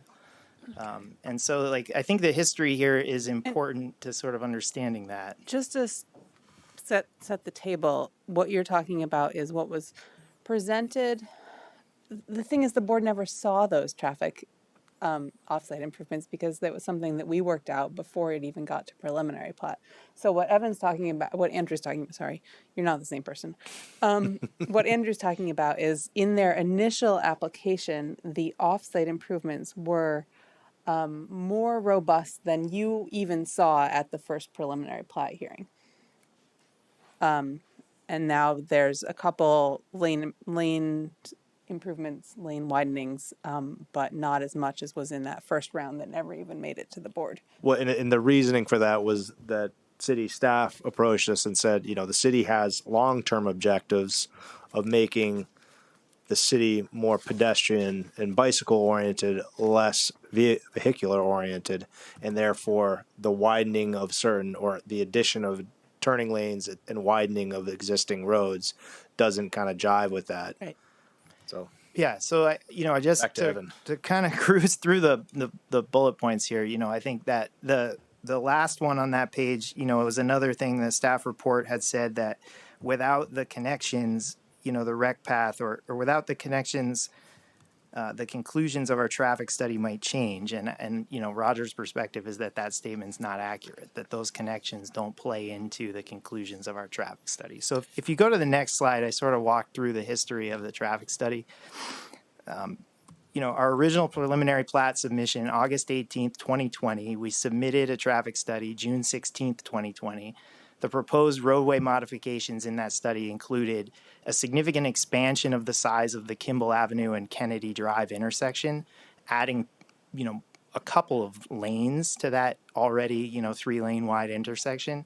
It also included right and left turn lanes on Kimball Avenue entering our new intersections, and it even sort of supposed that there might need to be a traffic light at Gregory Drive and Williston Road. All of that being said, with those improvements, we would be able to solidify 1,890 PM peak hour trips for our project, meaning that those trips are sort of ours to use for the development. And that was the full build out of all the 100 acres that we sort of supposed could happen. So the next slide sort of shows you the reaction to that was in the initial staff report, or maybe it's the slide after that. Which you can't read because of the highlighting. But it basically said that the staff recommended the applicant meet with the city to review the conclusions of the study. So if you go back a slide, we met with staff, and I think these got out of order. But we met with the staff. I'll just summarize it and forget the bullet points. We met with staff, and they said these are really big road widening. We don't want to see this sort of road widening. Like, let's look at how the Tilly Drive study sort of viewed this area, because when that study was completed, they didn't assume that any of these major road widening endeavors were necessary. We looked at the study. Roger looked at the study. We couldn't achieve our full build out, regardless of what the study was assuming, without widening those roads and meet the tests that are in place under state and city regulations for level of service. We just couldn't do it. So we said, well, geez, the city doesn't want us to widen the road, and it's a pretty big project, and this is 20 years in the future that we might, actually meet these thresholds. So maybe it makes sense to scale back what we're looking for and just get to a point where everybody's comfortable with the infrastructure improvements.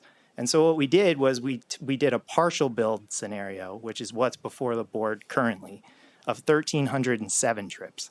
So it's 583 PM peak hour trips that we expect the project will generate that we don't have any traffic approval for in this packet. Because if we go above the 1,307, regardless of all the connections we're making, because the Tilly Drive study said these connections would be nice, we still have to make those improvements.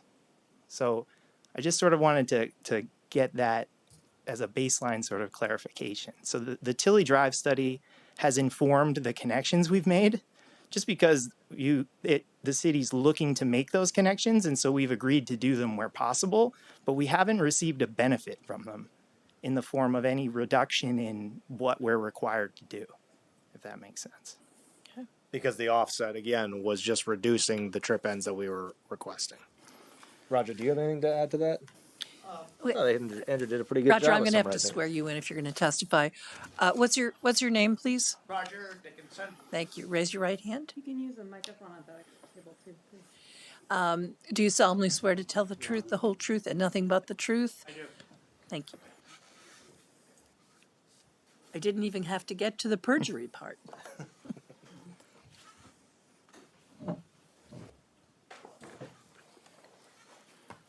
Okay, so the, Push the button on the mic. On, I was gonna say, is it on? There's a button on the mic. It'll turn the light bright green. oh, so I have, No, you just have to push it once. Is it bright green? Or is it dull green? okay, there we go. There we go. Okay, yep, sorry. Okay, Excuse me, Frank, what, You gotta finish swearing him in. under penalty of perjury? I do. Thank you. Thank you, Frank. Okay, here we go. So as Andrew and Evan just stated, the goal from the original traffic study to the revised study that you have before you now changed from, in the first study, we identified what improvements were necessary to accommodate all that the applicant wanted, the full build. Here's the total, let's develop every lot to its maximum potential. That changed to, in the revised study that you have before you now, which was reviewed by George Jacquemart at Preliminary Plat, to basically pull back and say, okay, given the city's goal is to maintain the current street configuration, the current intersection configuration without extensive widening, how many trips can the roadway network accommodate? And so we came up with a partial build scenario to analyze and identify that. And it did actually determine that the Kimball Avenue, Old Farm Road, Kennedy Drive, those streets were all capable of accommodating that level of traffic without extensive widening or changes, modifications. I will point out that the so-called widening of Kimball Avenue to add turn lanes in our revised study, and this is shown on the plans that have been submitted for this application. The widening is really not a physical widening. Kimball Avenue is presently 32 feet wide, curb to curb. It can accommodate 3 lanes of traffic in that width. And so adding a left turn lane at the intersections of Old Farm Road and Potash Road really is not widening the roadway physically, but rather restriping the road, the pavement markings, to change it from a 2-lane road to a 3-lane road within the confines of the existing curbs. So the analyses showed that future connections will help, and I don't want to, leave you with the impression that we concluded that they wouldn't help. They do help improve future traffic conditions. They are a worthwhile goal in this area, in the Tilly Drive, Kimball Avenue area. But they are not essential to the partial build level of development that we identified in the revised traffic study. Lastly, the revised traffic study incorporated the changes that were requested by George Jacomart at the preliminary plat. So we actually reduced the credit that we originally had calculated for shared trips between mixed uses, interconnected trips. So, and some of the other changes that had been requested. So, Thank you.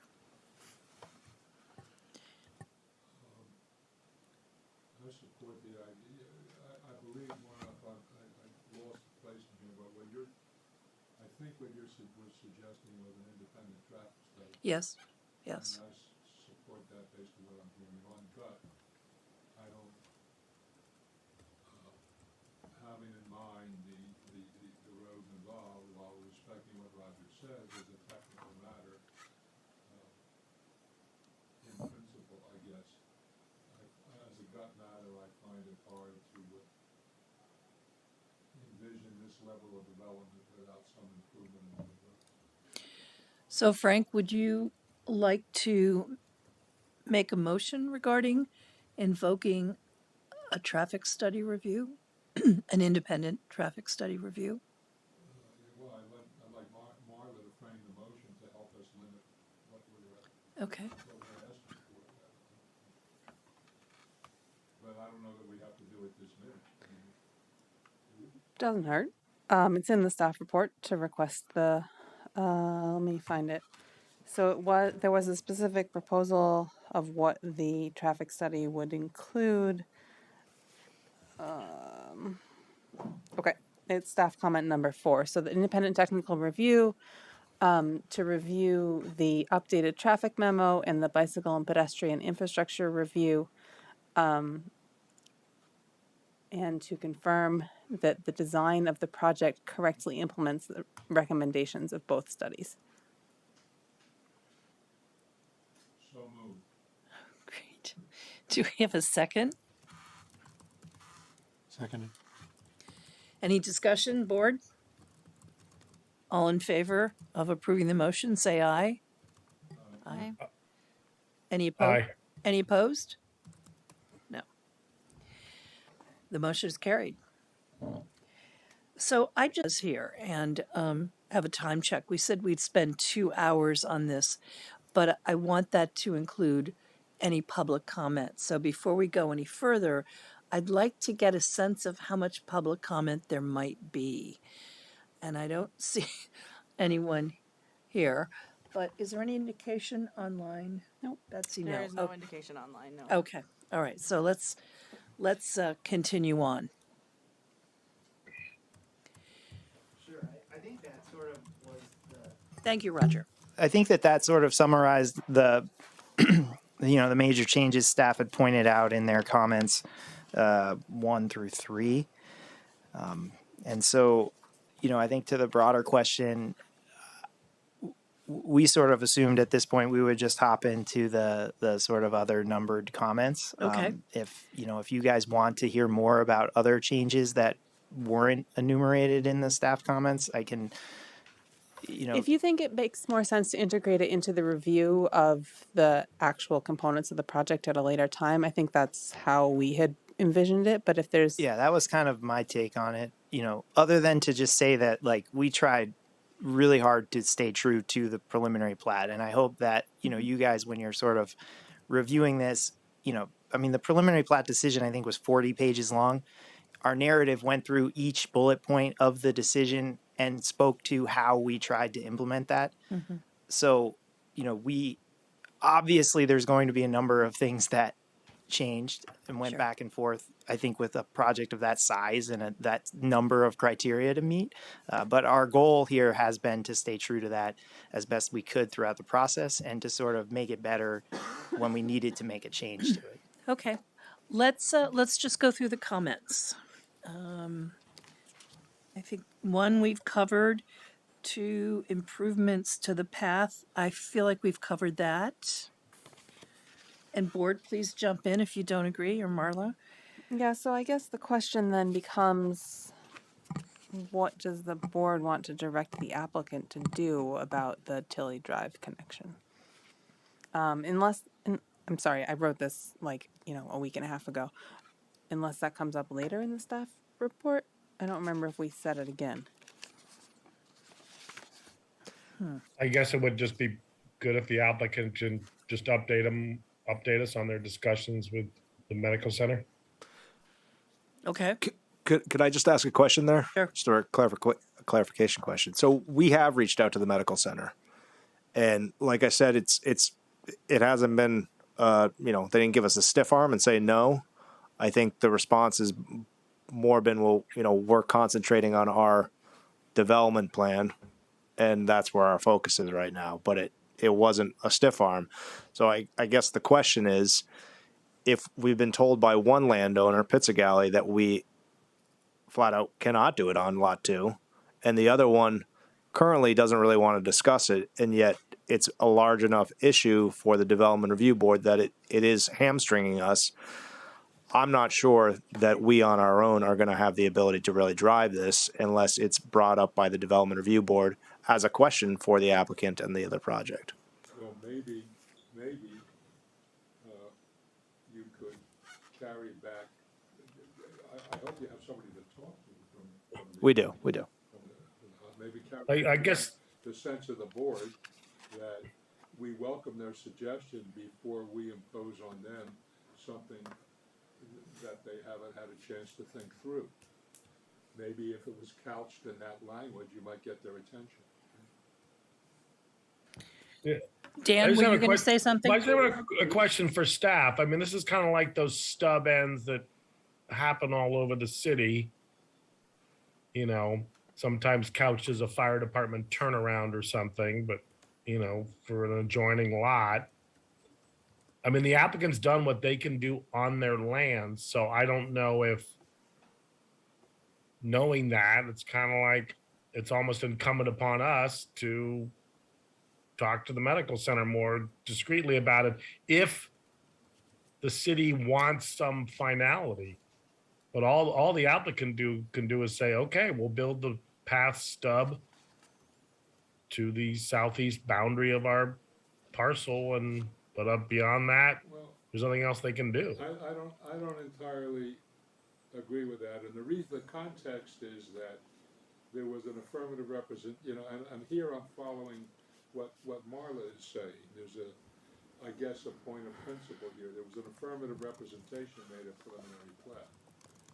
So I think it's a little more incumbent upon the developer in this case to take on more of the burden of helping us. Okay, they can do that burden, but if UVM says we're too busy trying to figure out our own future to give anything more than vague, like, yeah, we've talked to O'Brien folks and we'll do the best we can, but we're not promising anything.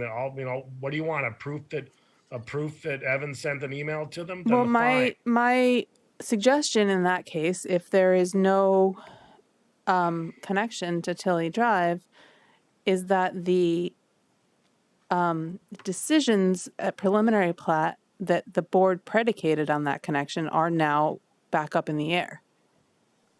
The decision that there was not a need for a rec path on Old Farm Road specifically. If the board predicated the decision that there only needed to be a sidewalk on Old Farm Road on the basis that there would be a connection to Tilly Drive, and now the Tilly Drive connection is only a maybe, then I think it's open for revisiting whether the preliminary plat decision as to Old Farm Road was the correct one.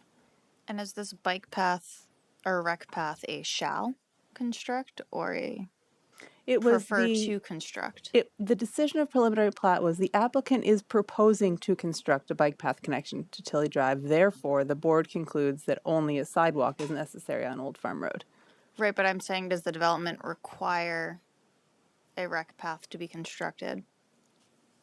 And they can choose where that rec path goes, but it has to be constructed to make that connection. Or is it This is too big a project to point to a single statement in the regulations as to, things like parking shall be to the rear of the building. It's more like the project shall incorporate appropriate access and connectivity. And because the project is so large, that could mean many things. Right, so the decision when it was written, at preliminary plat, that was written as the developer shall construct a recreational path. It's more like the developer is proposing and we are approving this proposal. You know, if the developer weren't proposing a open space around the barn, you know, you may have reviewed the other components of open spaces differently. So it's not as black and white as that. All right. So where do we go from here? So I guess If there's a requirement for connectivity, doesn't the requirement extend to the medical centers project? And so if there's certainty that we can create a connection to our property line, shouldn't there be certainty that their project will need to connect as well? I mean, right. the So the regulations point are I'm the making same. is that this is a bigger picture connectivity, and if the board, because your proposal was to make the connection, the board made their other decisions about the connectivity of this project as a whole on the basis of that being a part of the project. And so I think we need to know if that is still part of the project or not, to know if the other parts of the project need to be revisited. So I understand, I think, what the city's objective here, which is simply to have this level of connectivity, regardless of who builds it. I think where we get a little bit caught up is we understood why we needed to make that representation when there was a level of uncertainty on lot 2 that lot was ever going to get developed. And so that's when we said, yes, we will build this temporary rec path until there is actually the road that goes through the official map location, which would have a rec path running parallel to it. The situation we have now is very different where, I mean, the Mountain View Park has how many hundreds of thousands of square feet of commercial space that's already been built, and then something else is being proposed. I'm not trying to push something on another developer. I'm simply saying that we are building our fair share of it the same way that someone else who has a real project before you. It just seems like a very reasonable request. This isn't a theoretical conceptual project. This project is actively in front of you right now. Why doesn't it have a pedestrian connection to where these people conceivably are going to be living when we're doing it on our end? Can So let's summarize really where the sticking point is. You were willing to pay for a road when you thought there was no other way to get the road built, and we wanted the road. Now that there's a great big developer with lots of money who could pick up the tab across their part, you don't see as a matter of fairness. No, You should have to pick up. well, that's 100% correct, Frank, because before it was a theoretical issue. Now it's a real issue. It's also, though, inaccurate because we agreed to pick up the tab. We maintained that we would pick up the tab and build the road in the rec path in the original location that we said we would. But the property owner has denied that permission, regardless of who's paying for it. It's not an option that we pay for it. Who, by the way, happens to be the master developer of the adjacent property. So we offered to pay for it. The offer is still on the table that we would build the rec path where we originally proposed, and it's not going to happen because permission has not been granted. And so that's what's changed. And now there is a developer proposing a project on that same piece of land where they've denied us the ability to do something at our cost that we had proposed. And we're not crying poverty here, Frank. We're simply saying there's a level of appropriateness and fairness. And oh, by the way, every inch of additional amenity that this project has to build goes straight to the bottom line of the cost of housing. The same way that the other one goes straight to the bottom line of the cost of healthcare. But there's a level of fairness. I wasn't shaking my finger. I don't know. Describe the issue. It So doesn't would it necessarily be- feel that way. The issue is not the funding of the cost of the path. The issue is the inability to gain permission to build the path. Would So- it be fair to ask you to succinctly frame what you are requesting of the board? Sure. Yeah, I think the succinct request is, would the board consider taking it up with the medical center at the next hearing that you have with them, that it seems reasonable to have a pedestrian connection. We're going to build our piece of it.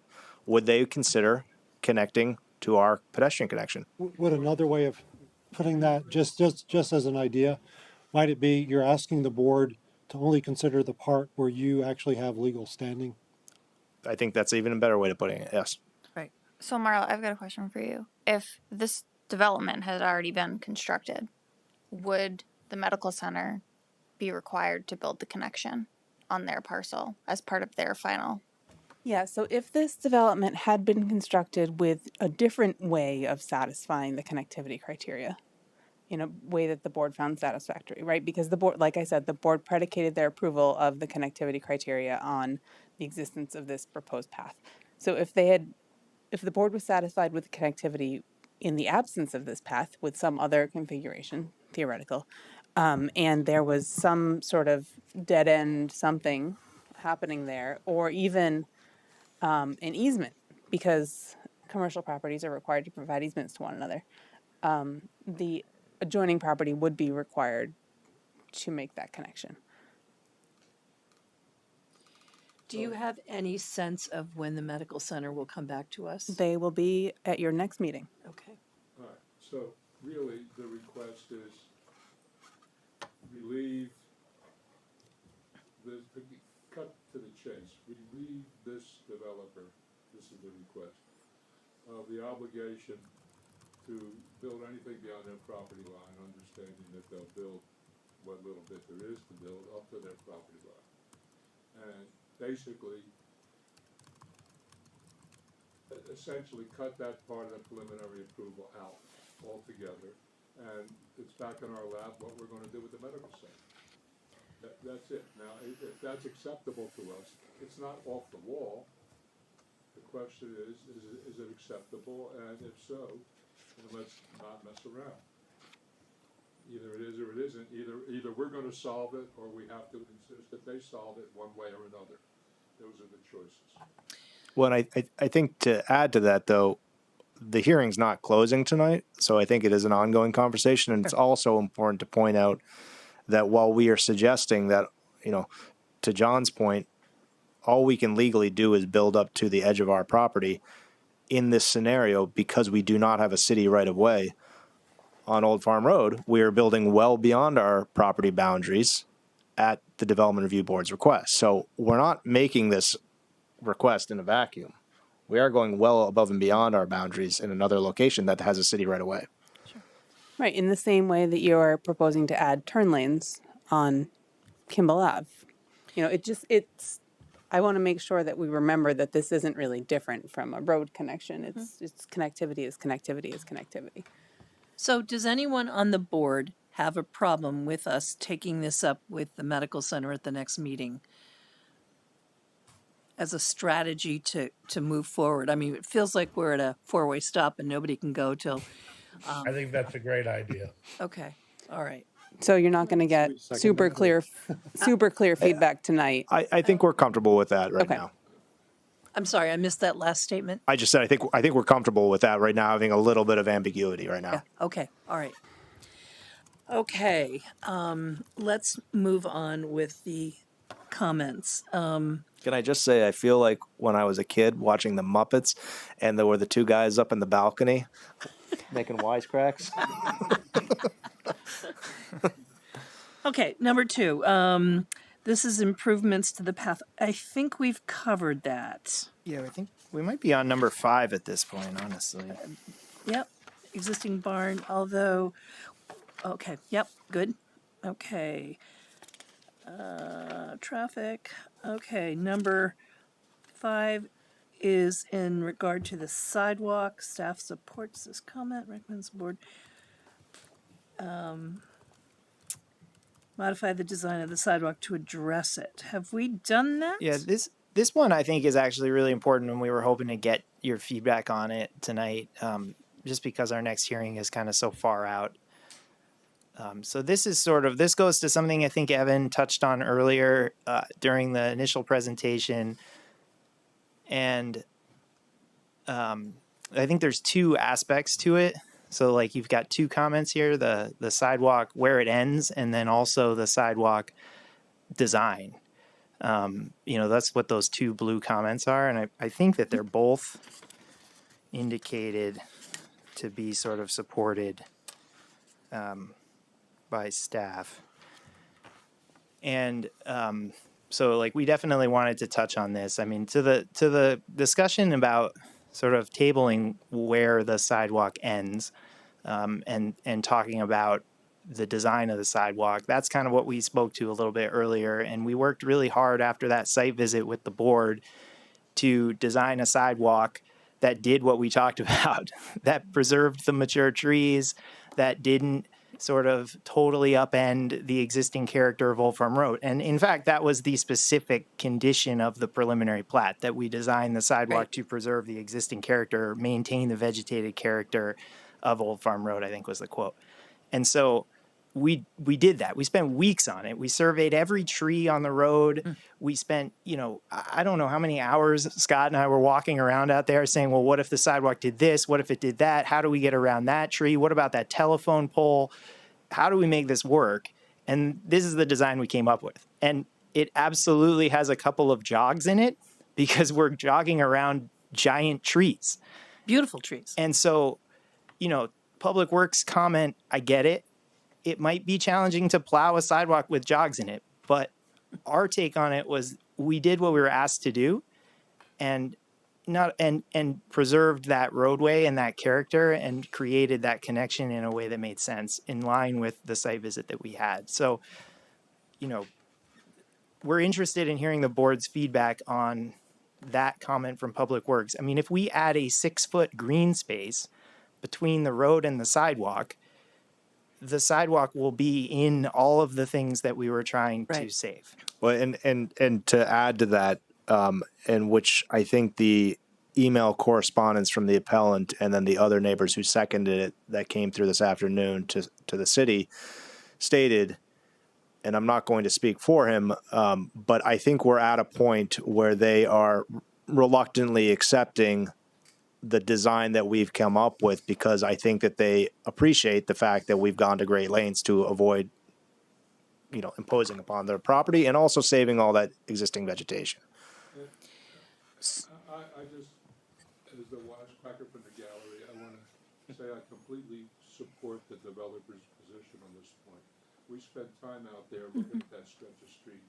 That's got some charm, that little area. It really does, yeah. And the charm doesn't improve by straightening out the sidewalk and knocking down some trees. Right. In fact, we asked them, can you preserve, well, it's even more personal than that. I asked them, and they did.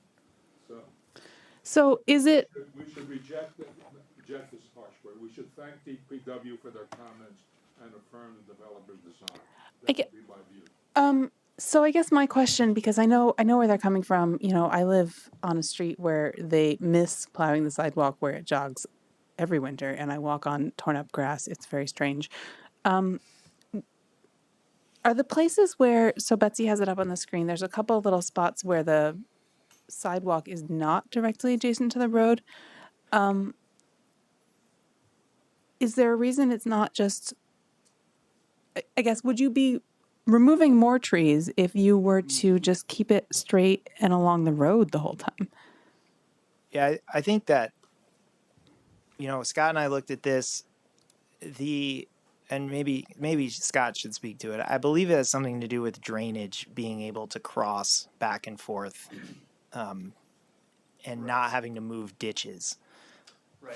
What we were trying to do those jogs are basically at the driveway crossings, and so we were trying to preserve the existing drainage, where the culverts are, and also allow sort of outlets from the drainage running along Old Farm Road to have a place to go, because what we can't really do here at all is contemplate adding catch basins and stormwater piping and stuff, because this is all on ledge.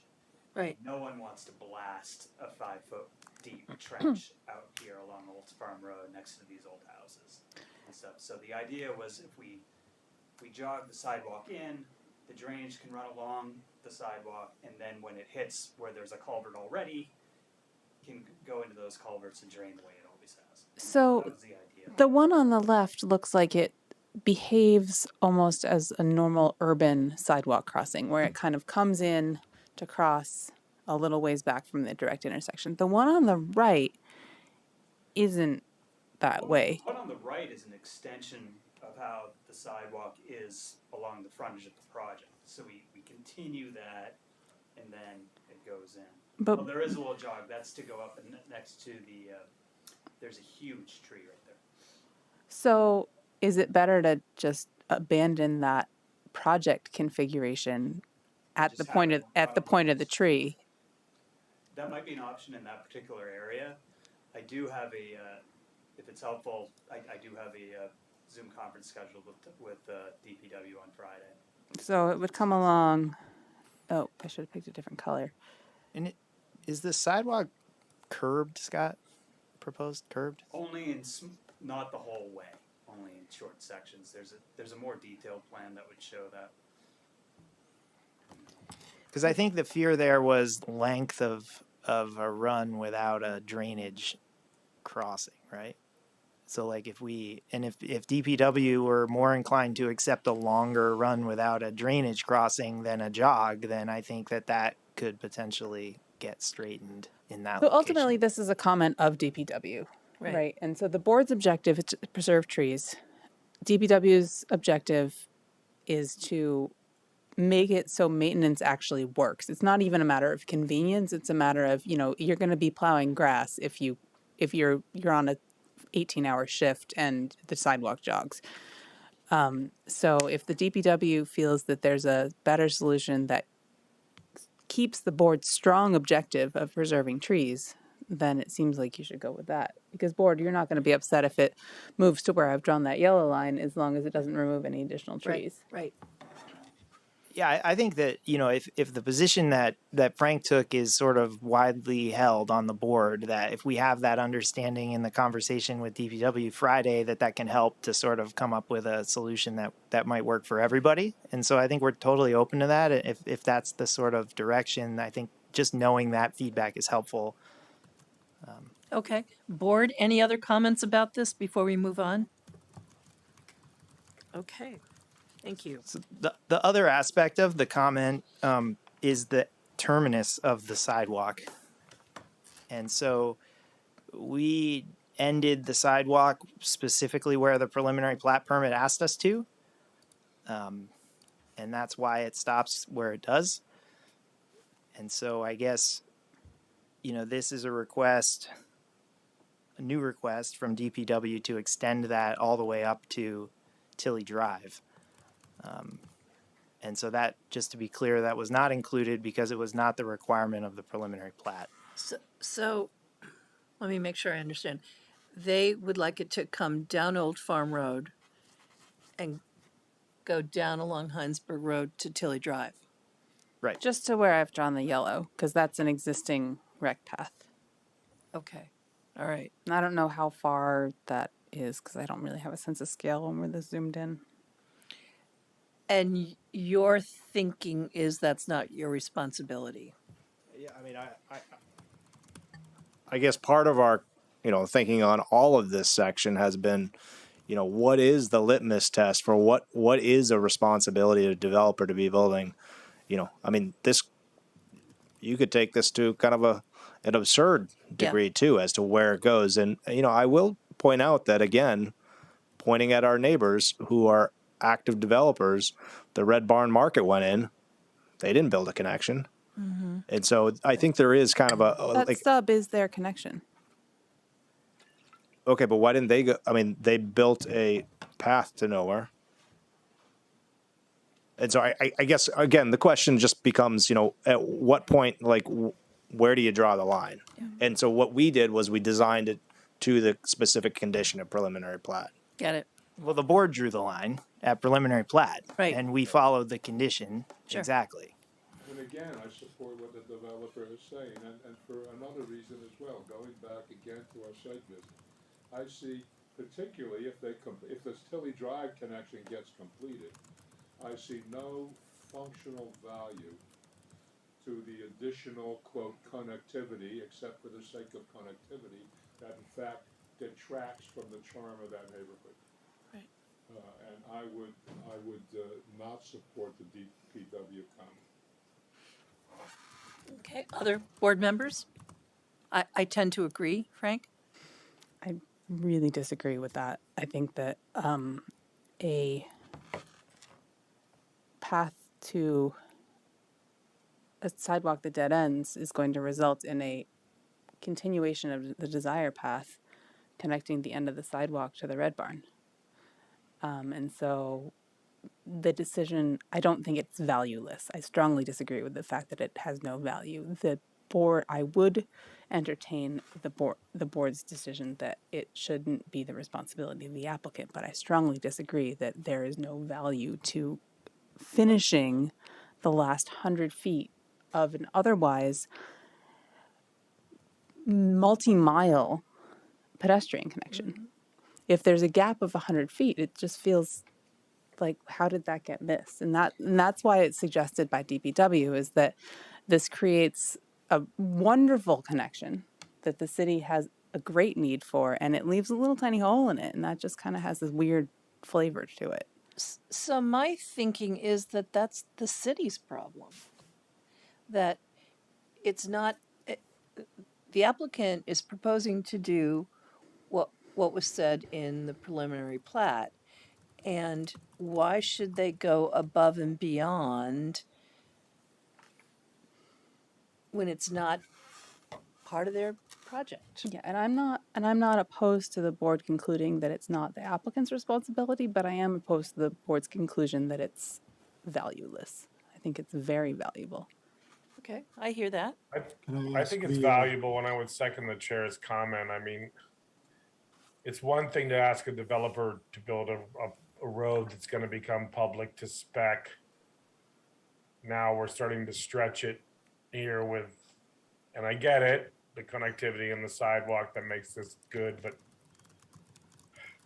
if the city can't find a way to build this on its own, then the city should stop telling people what to do. So, you know, I get it. There's a pattern in Vermont of extorting things out of developers because they want to get stuff done. So they're like, sure, we'll do the path and sure, we'll do the park because it's just not worth it. And they want to get the project completed. But I don't think this is the kind of thing that, yeah, if it's a priority for the city, make it a priority. Right. Right. John, did you start to say something? Yeah, I just, the box that's been drawn, why is that box? That's not part of the preliminary plat, is it? The dashed lines. I think it's an inset or something. It's just the drawing we picked. Reference, so there's another plan sheet in the plan set that cover that's okay. what would roughly correspond to the plan sheet. But the preliminary plat are the two little arrows that, just that little portion within the rectangle. It wasn't the preliminary plat being the full rectangle for the extension, correct? Okay. So that's referencing sheet, I think C19.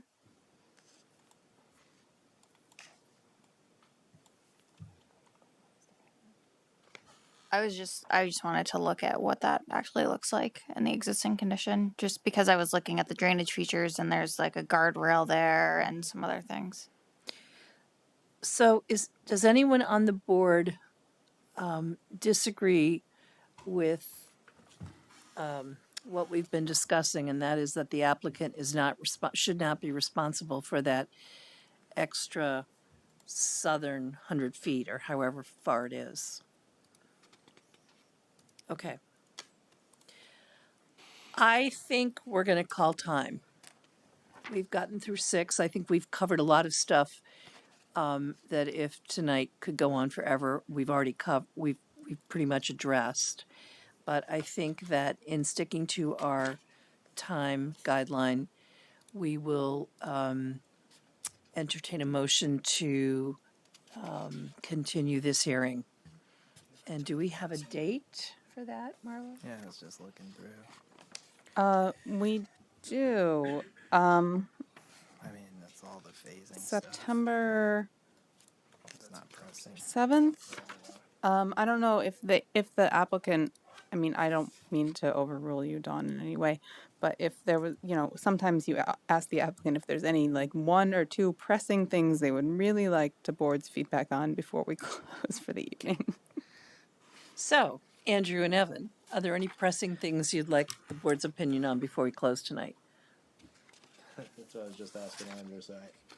Sorry, that's what I was just asking Andrew. I think the phasing plan will be the next piece, and I don't think we're going to get through that in the next 10, 15 minutes. So, Yeah, I think maybe I don't know if this is opening a huge can of worms either, but there was a question from staff regarding right-of-way coverage and how, and I think that it would be helpful just in terms of being able to refine our plans and get them finite, because there were 2 or 3 areas where we had requested some differentiation from preliminary plat because of coverage.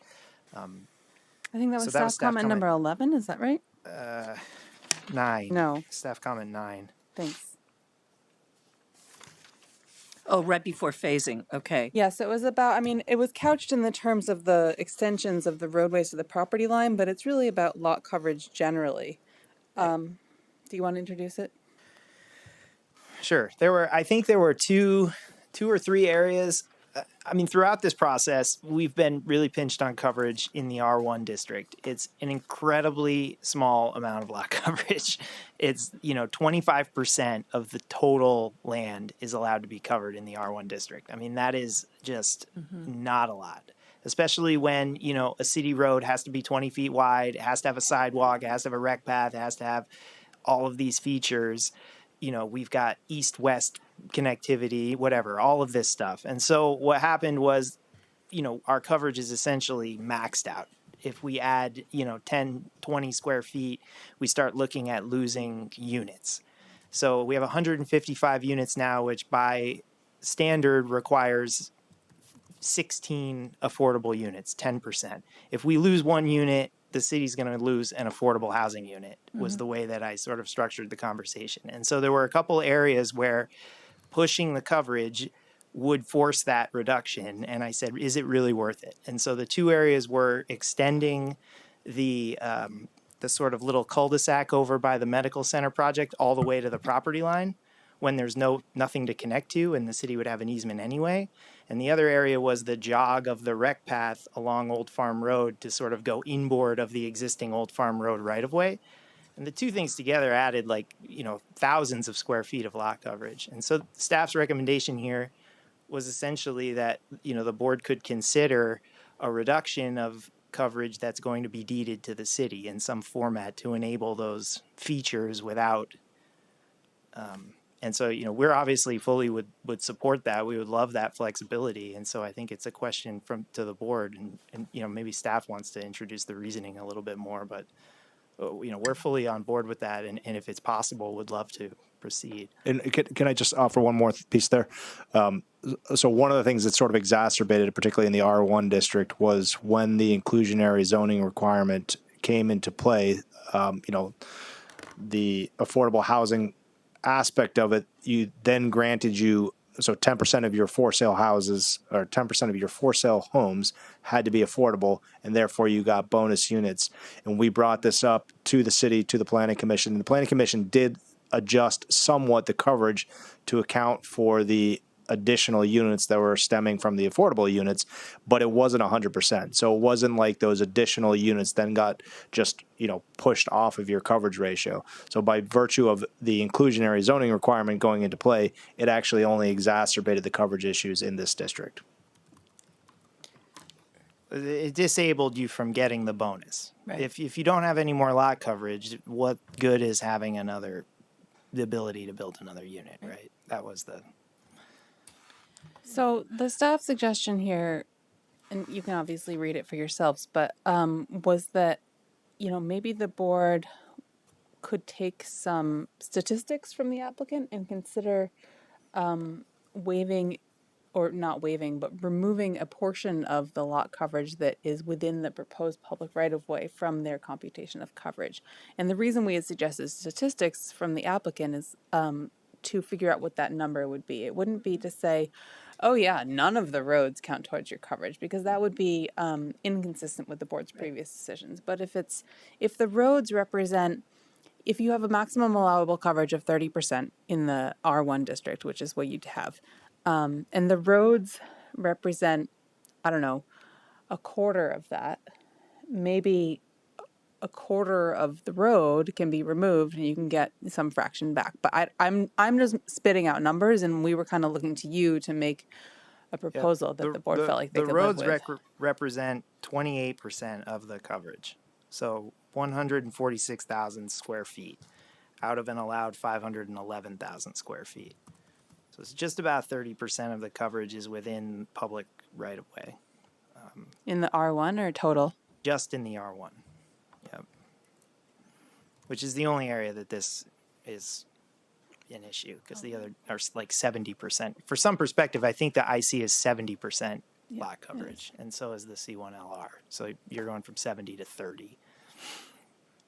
So are you suggesting we need a more refinement of those numbers? Well, so what would it take? Well, we could certainly, I think for this conversation, if the board's open to this interpretation to enable this, I mean, we can come up with a proposal. We can ask you guys, we can get back to you guys. So the question is, would the board entertain a proposal if you came back with some more numbers? I certainly wouldn't have a problem with that. Would anyone? Can I just ask a question? Sure. Yeah, so, sorry for being the new guy. The design which you recognize as being less than ideal is the design of the Barn Road and Barn Road sidewalk, other transportation components, or where you've laid out the homes. What's not ideal? Because of the... Yeah, I mean, I don't think that we're necessarily pushing back on something not being ideal. I mean, there's just been a number of requests of the board throughout the project that have caused huge increases in coverage. So like, one really big one is the east to west rec path connection that runs to the existing hillside neighborhood across the barn lot. I mean, that's, it's a 10-foot wide path. It's probably, I don't know, 4,000 feet long. I mean, maybe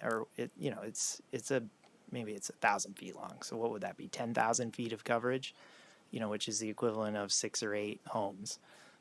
It's little things like that, right? And so the two that we brought up in the permit were that we had taken out of our lot coverage calculations the cul-de-sac road, which it'd be, if we had a site plan up, we changed all the names, but the cul-de-sac road that sort of dead ends, it stops like 20 feet short of the property line, and the condition of the regulations is build it right to the property line, which is another 4,000 or 5,000 square feet of coverage for it serves no purpose to the development.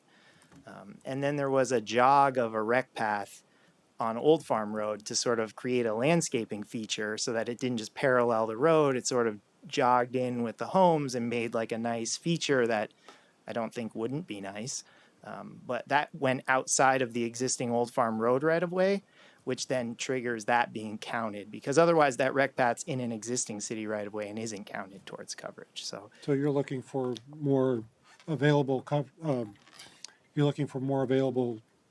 land to build on, in other words. More available coverage so that we can create these, these nice features the city's looking for. And frankly, if this is a viable alternative, we'd probably seek to be a little bit, get a little bit more credit than we need just for those two things, just to avoid future problems, right? Like, I know one time, a long time ago, Healthy Living tried to put a sculpture on their lot and they couldn't do it because they had no lot coverage available.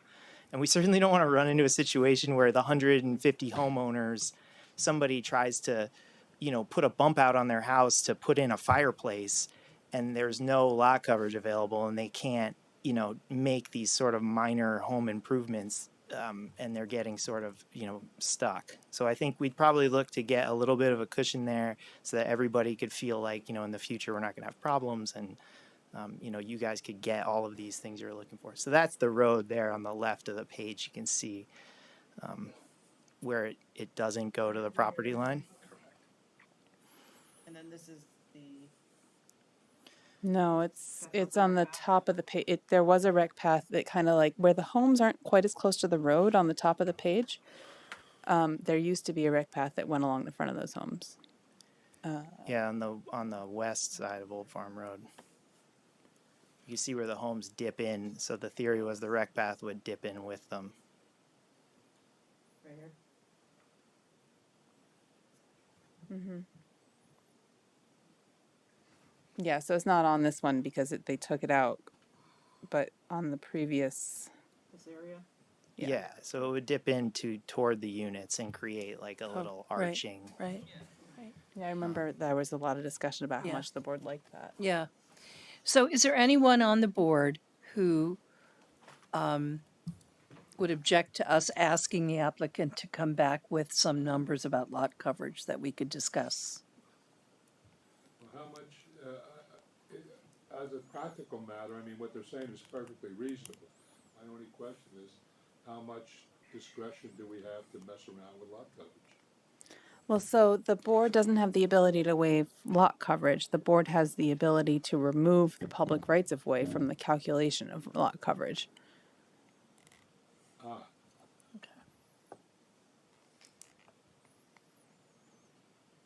so we have some room. So in view of that, shall we ask the applicant to come back with some numbers for us, some data? Yes. Okay, thanks. All right. Is there any other burning issue that you need feedback on tonight? So many, but we're good. There's only so much the board can absorb and expect of you to explain, so. No, this is productive. Thank you. Let me just make sure no one has signed on to provide public comment. Betsy, do you see anyone? No. Okay, good. So I would entertain a motion to continue this hearing until September 7th. I'll make a motion to continue the hearing to September 7th. Thank you. I'll second that. Okay, Dan seconded. Any discussion? All in favor, say aye. Aye. Opposed? Aye. Good. We will see you back here in September, and it sounds astounding. really that far away. September- Yeah, it's not that far away, but Thank you. thank you. Oh, I guess I do have an announcement. Just going back to, no, not related to We have them, not minutes. related to them. But the. Thank you, guys. I feel a little self-conscious. I know this is really. The board's annual recess I- is I- the I second would- meeting in August, so there's only one August meeting. Right. That's why they're to September, is because there's no Oh, that's right. second Okay. August meeting. So minutes? I think we just got to get you a microphone. I don't know. Well, but you know, I won't do that to you. We're not done with our meeting. Frank, we're not done with our meeting. What a drag that is. Frank, can you Frank, join our meeting? We're still meeting. Okay, I'll be right there. Thank you, guys.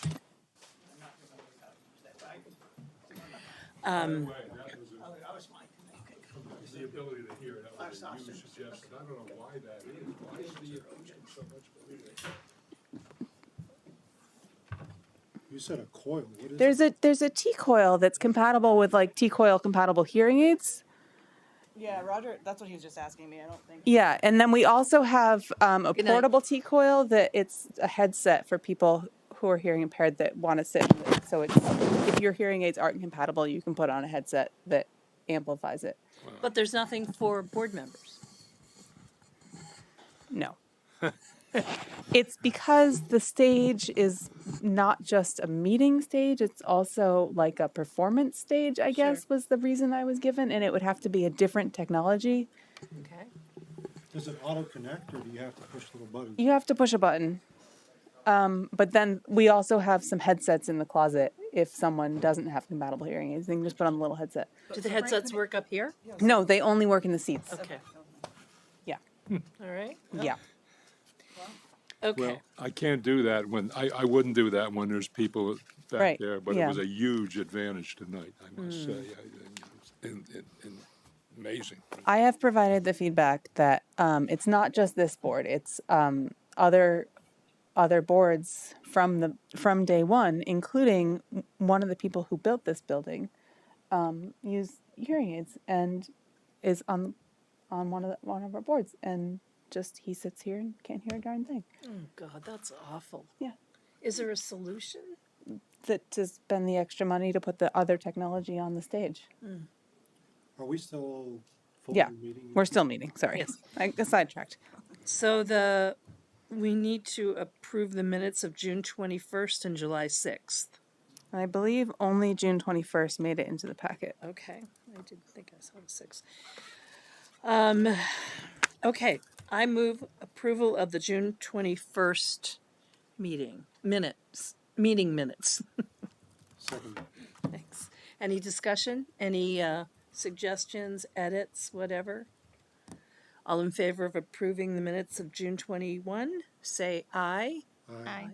Opposed? All right. Okay. Abstain, I wasn't present. And is there any other business? I guess just to mention that there's no second meeting in August. Okay. Everyone catch that? Okay. All right. I guess that's the end of the meeting. Thank you. Thank everyone. Weren't we gonna have a short deliberation on one of these things? Yeah, we can do that quickly. We're ready for it. There's no changes.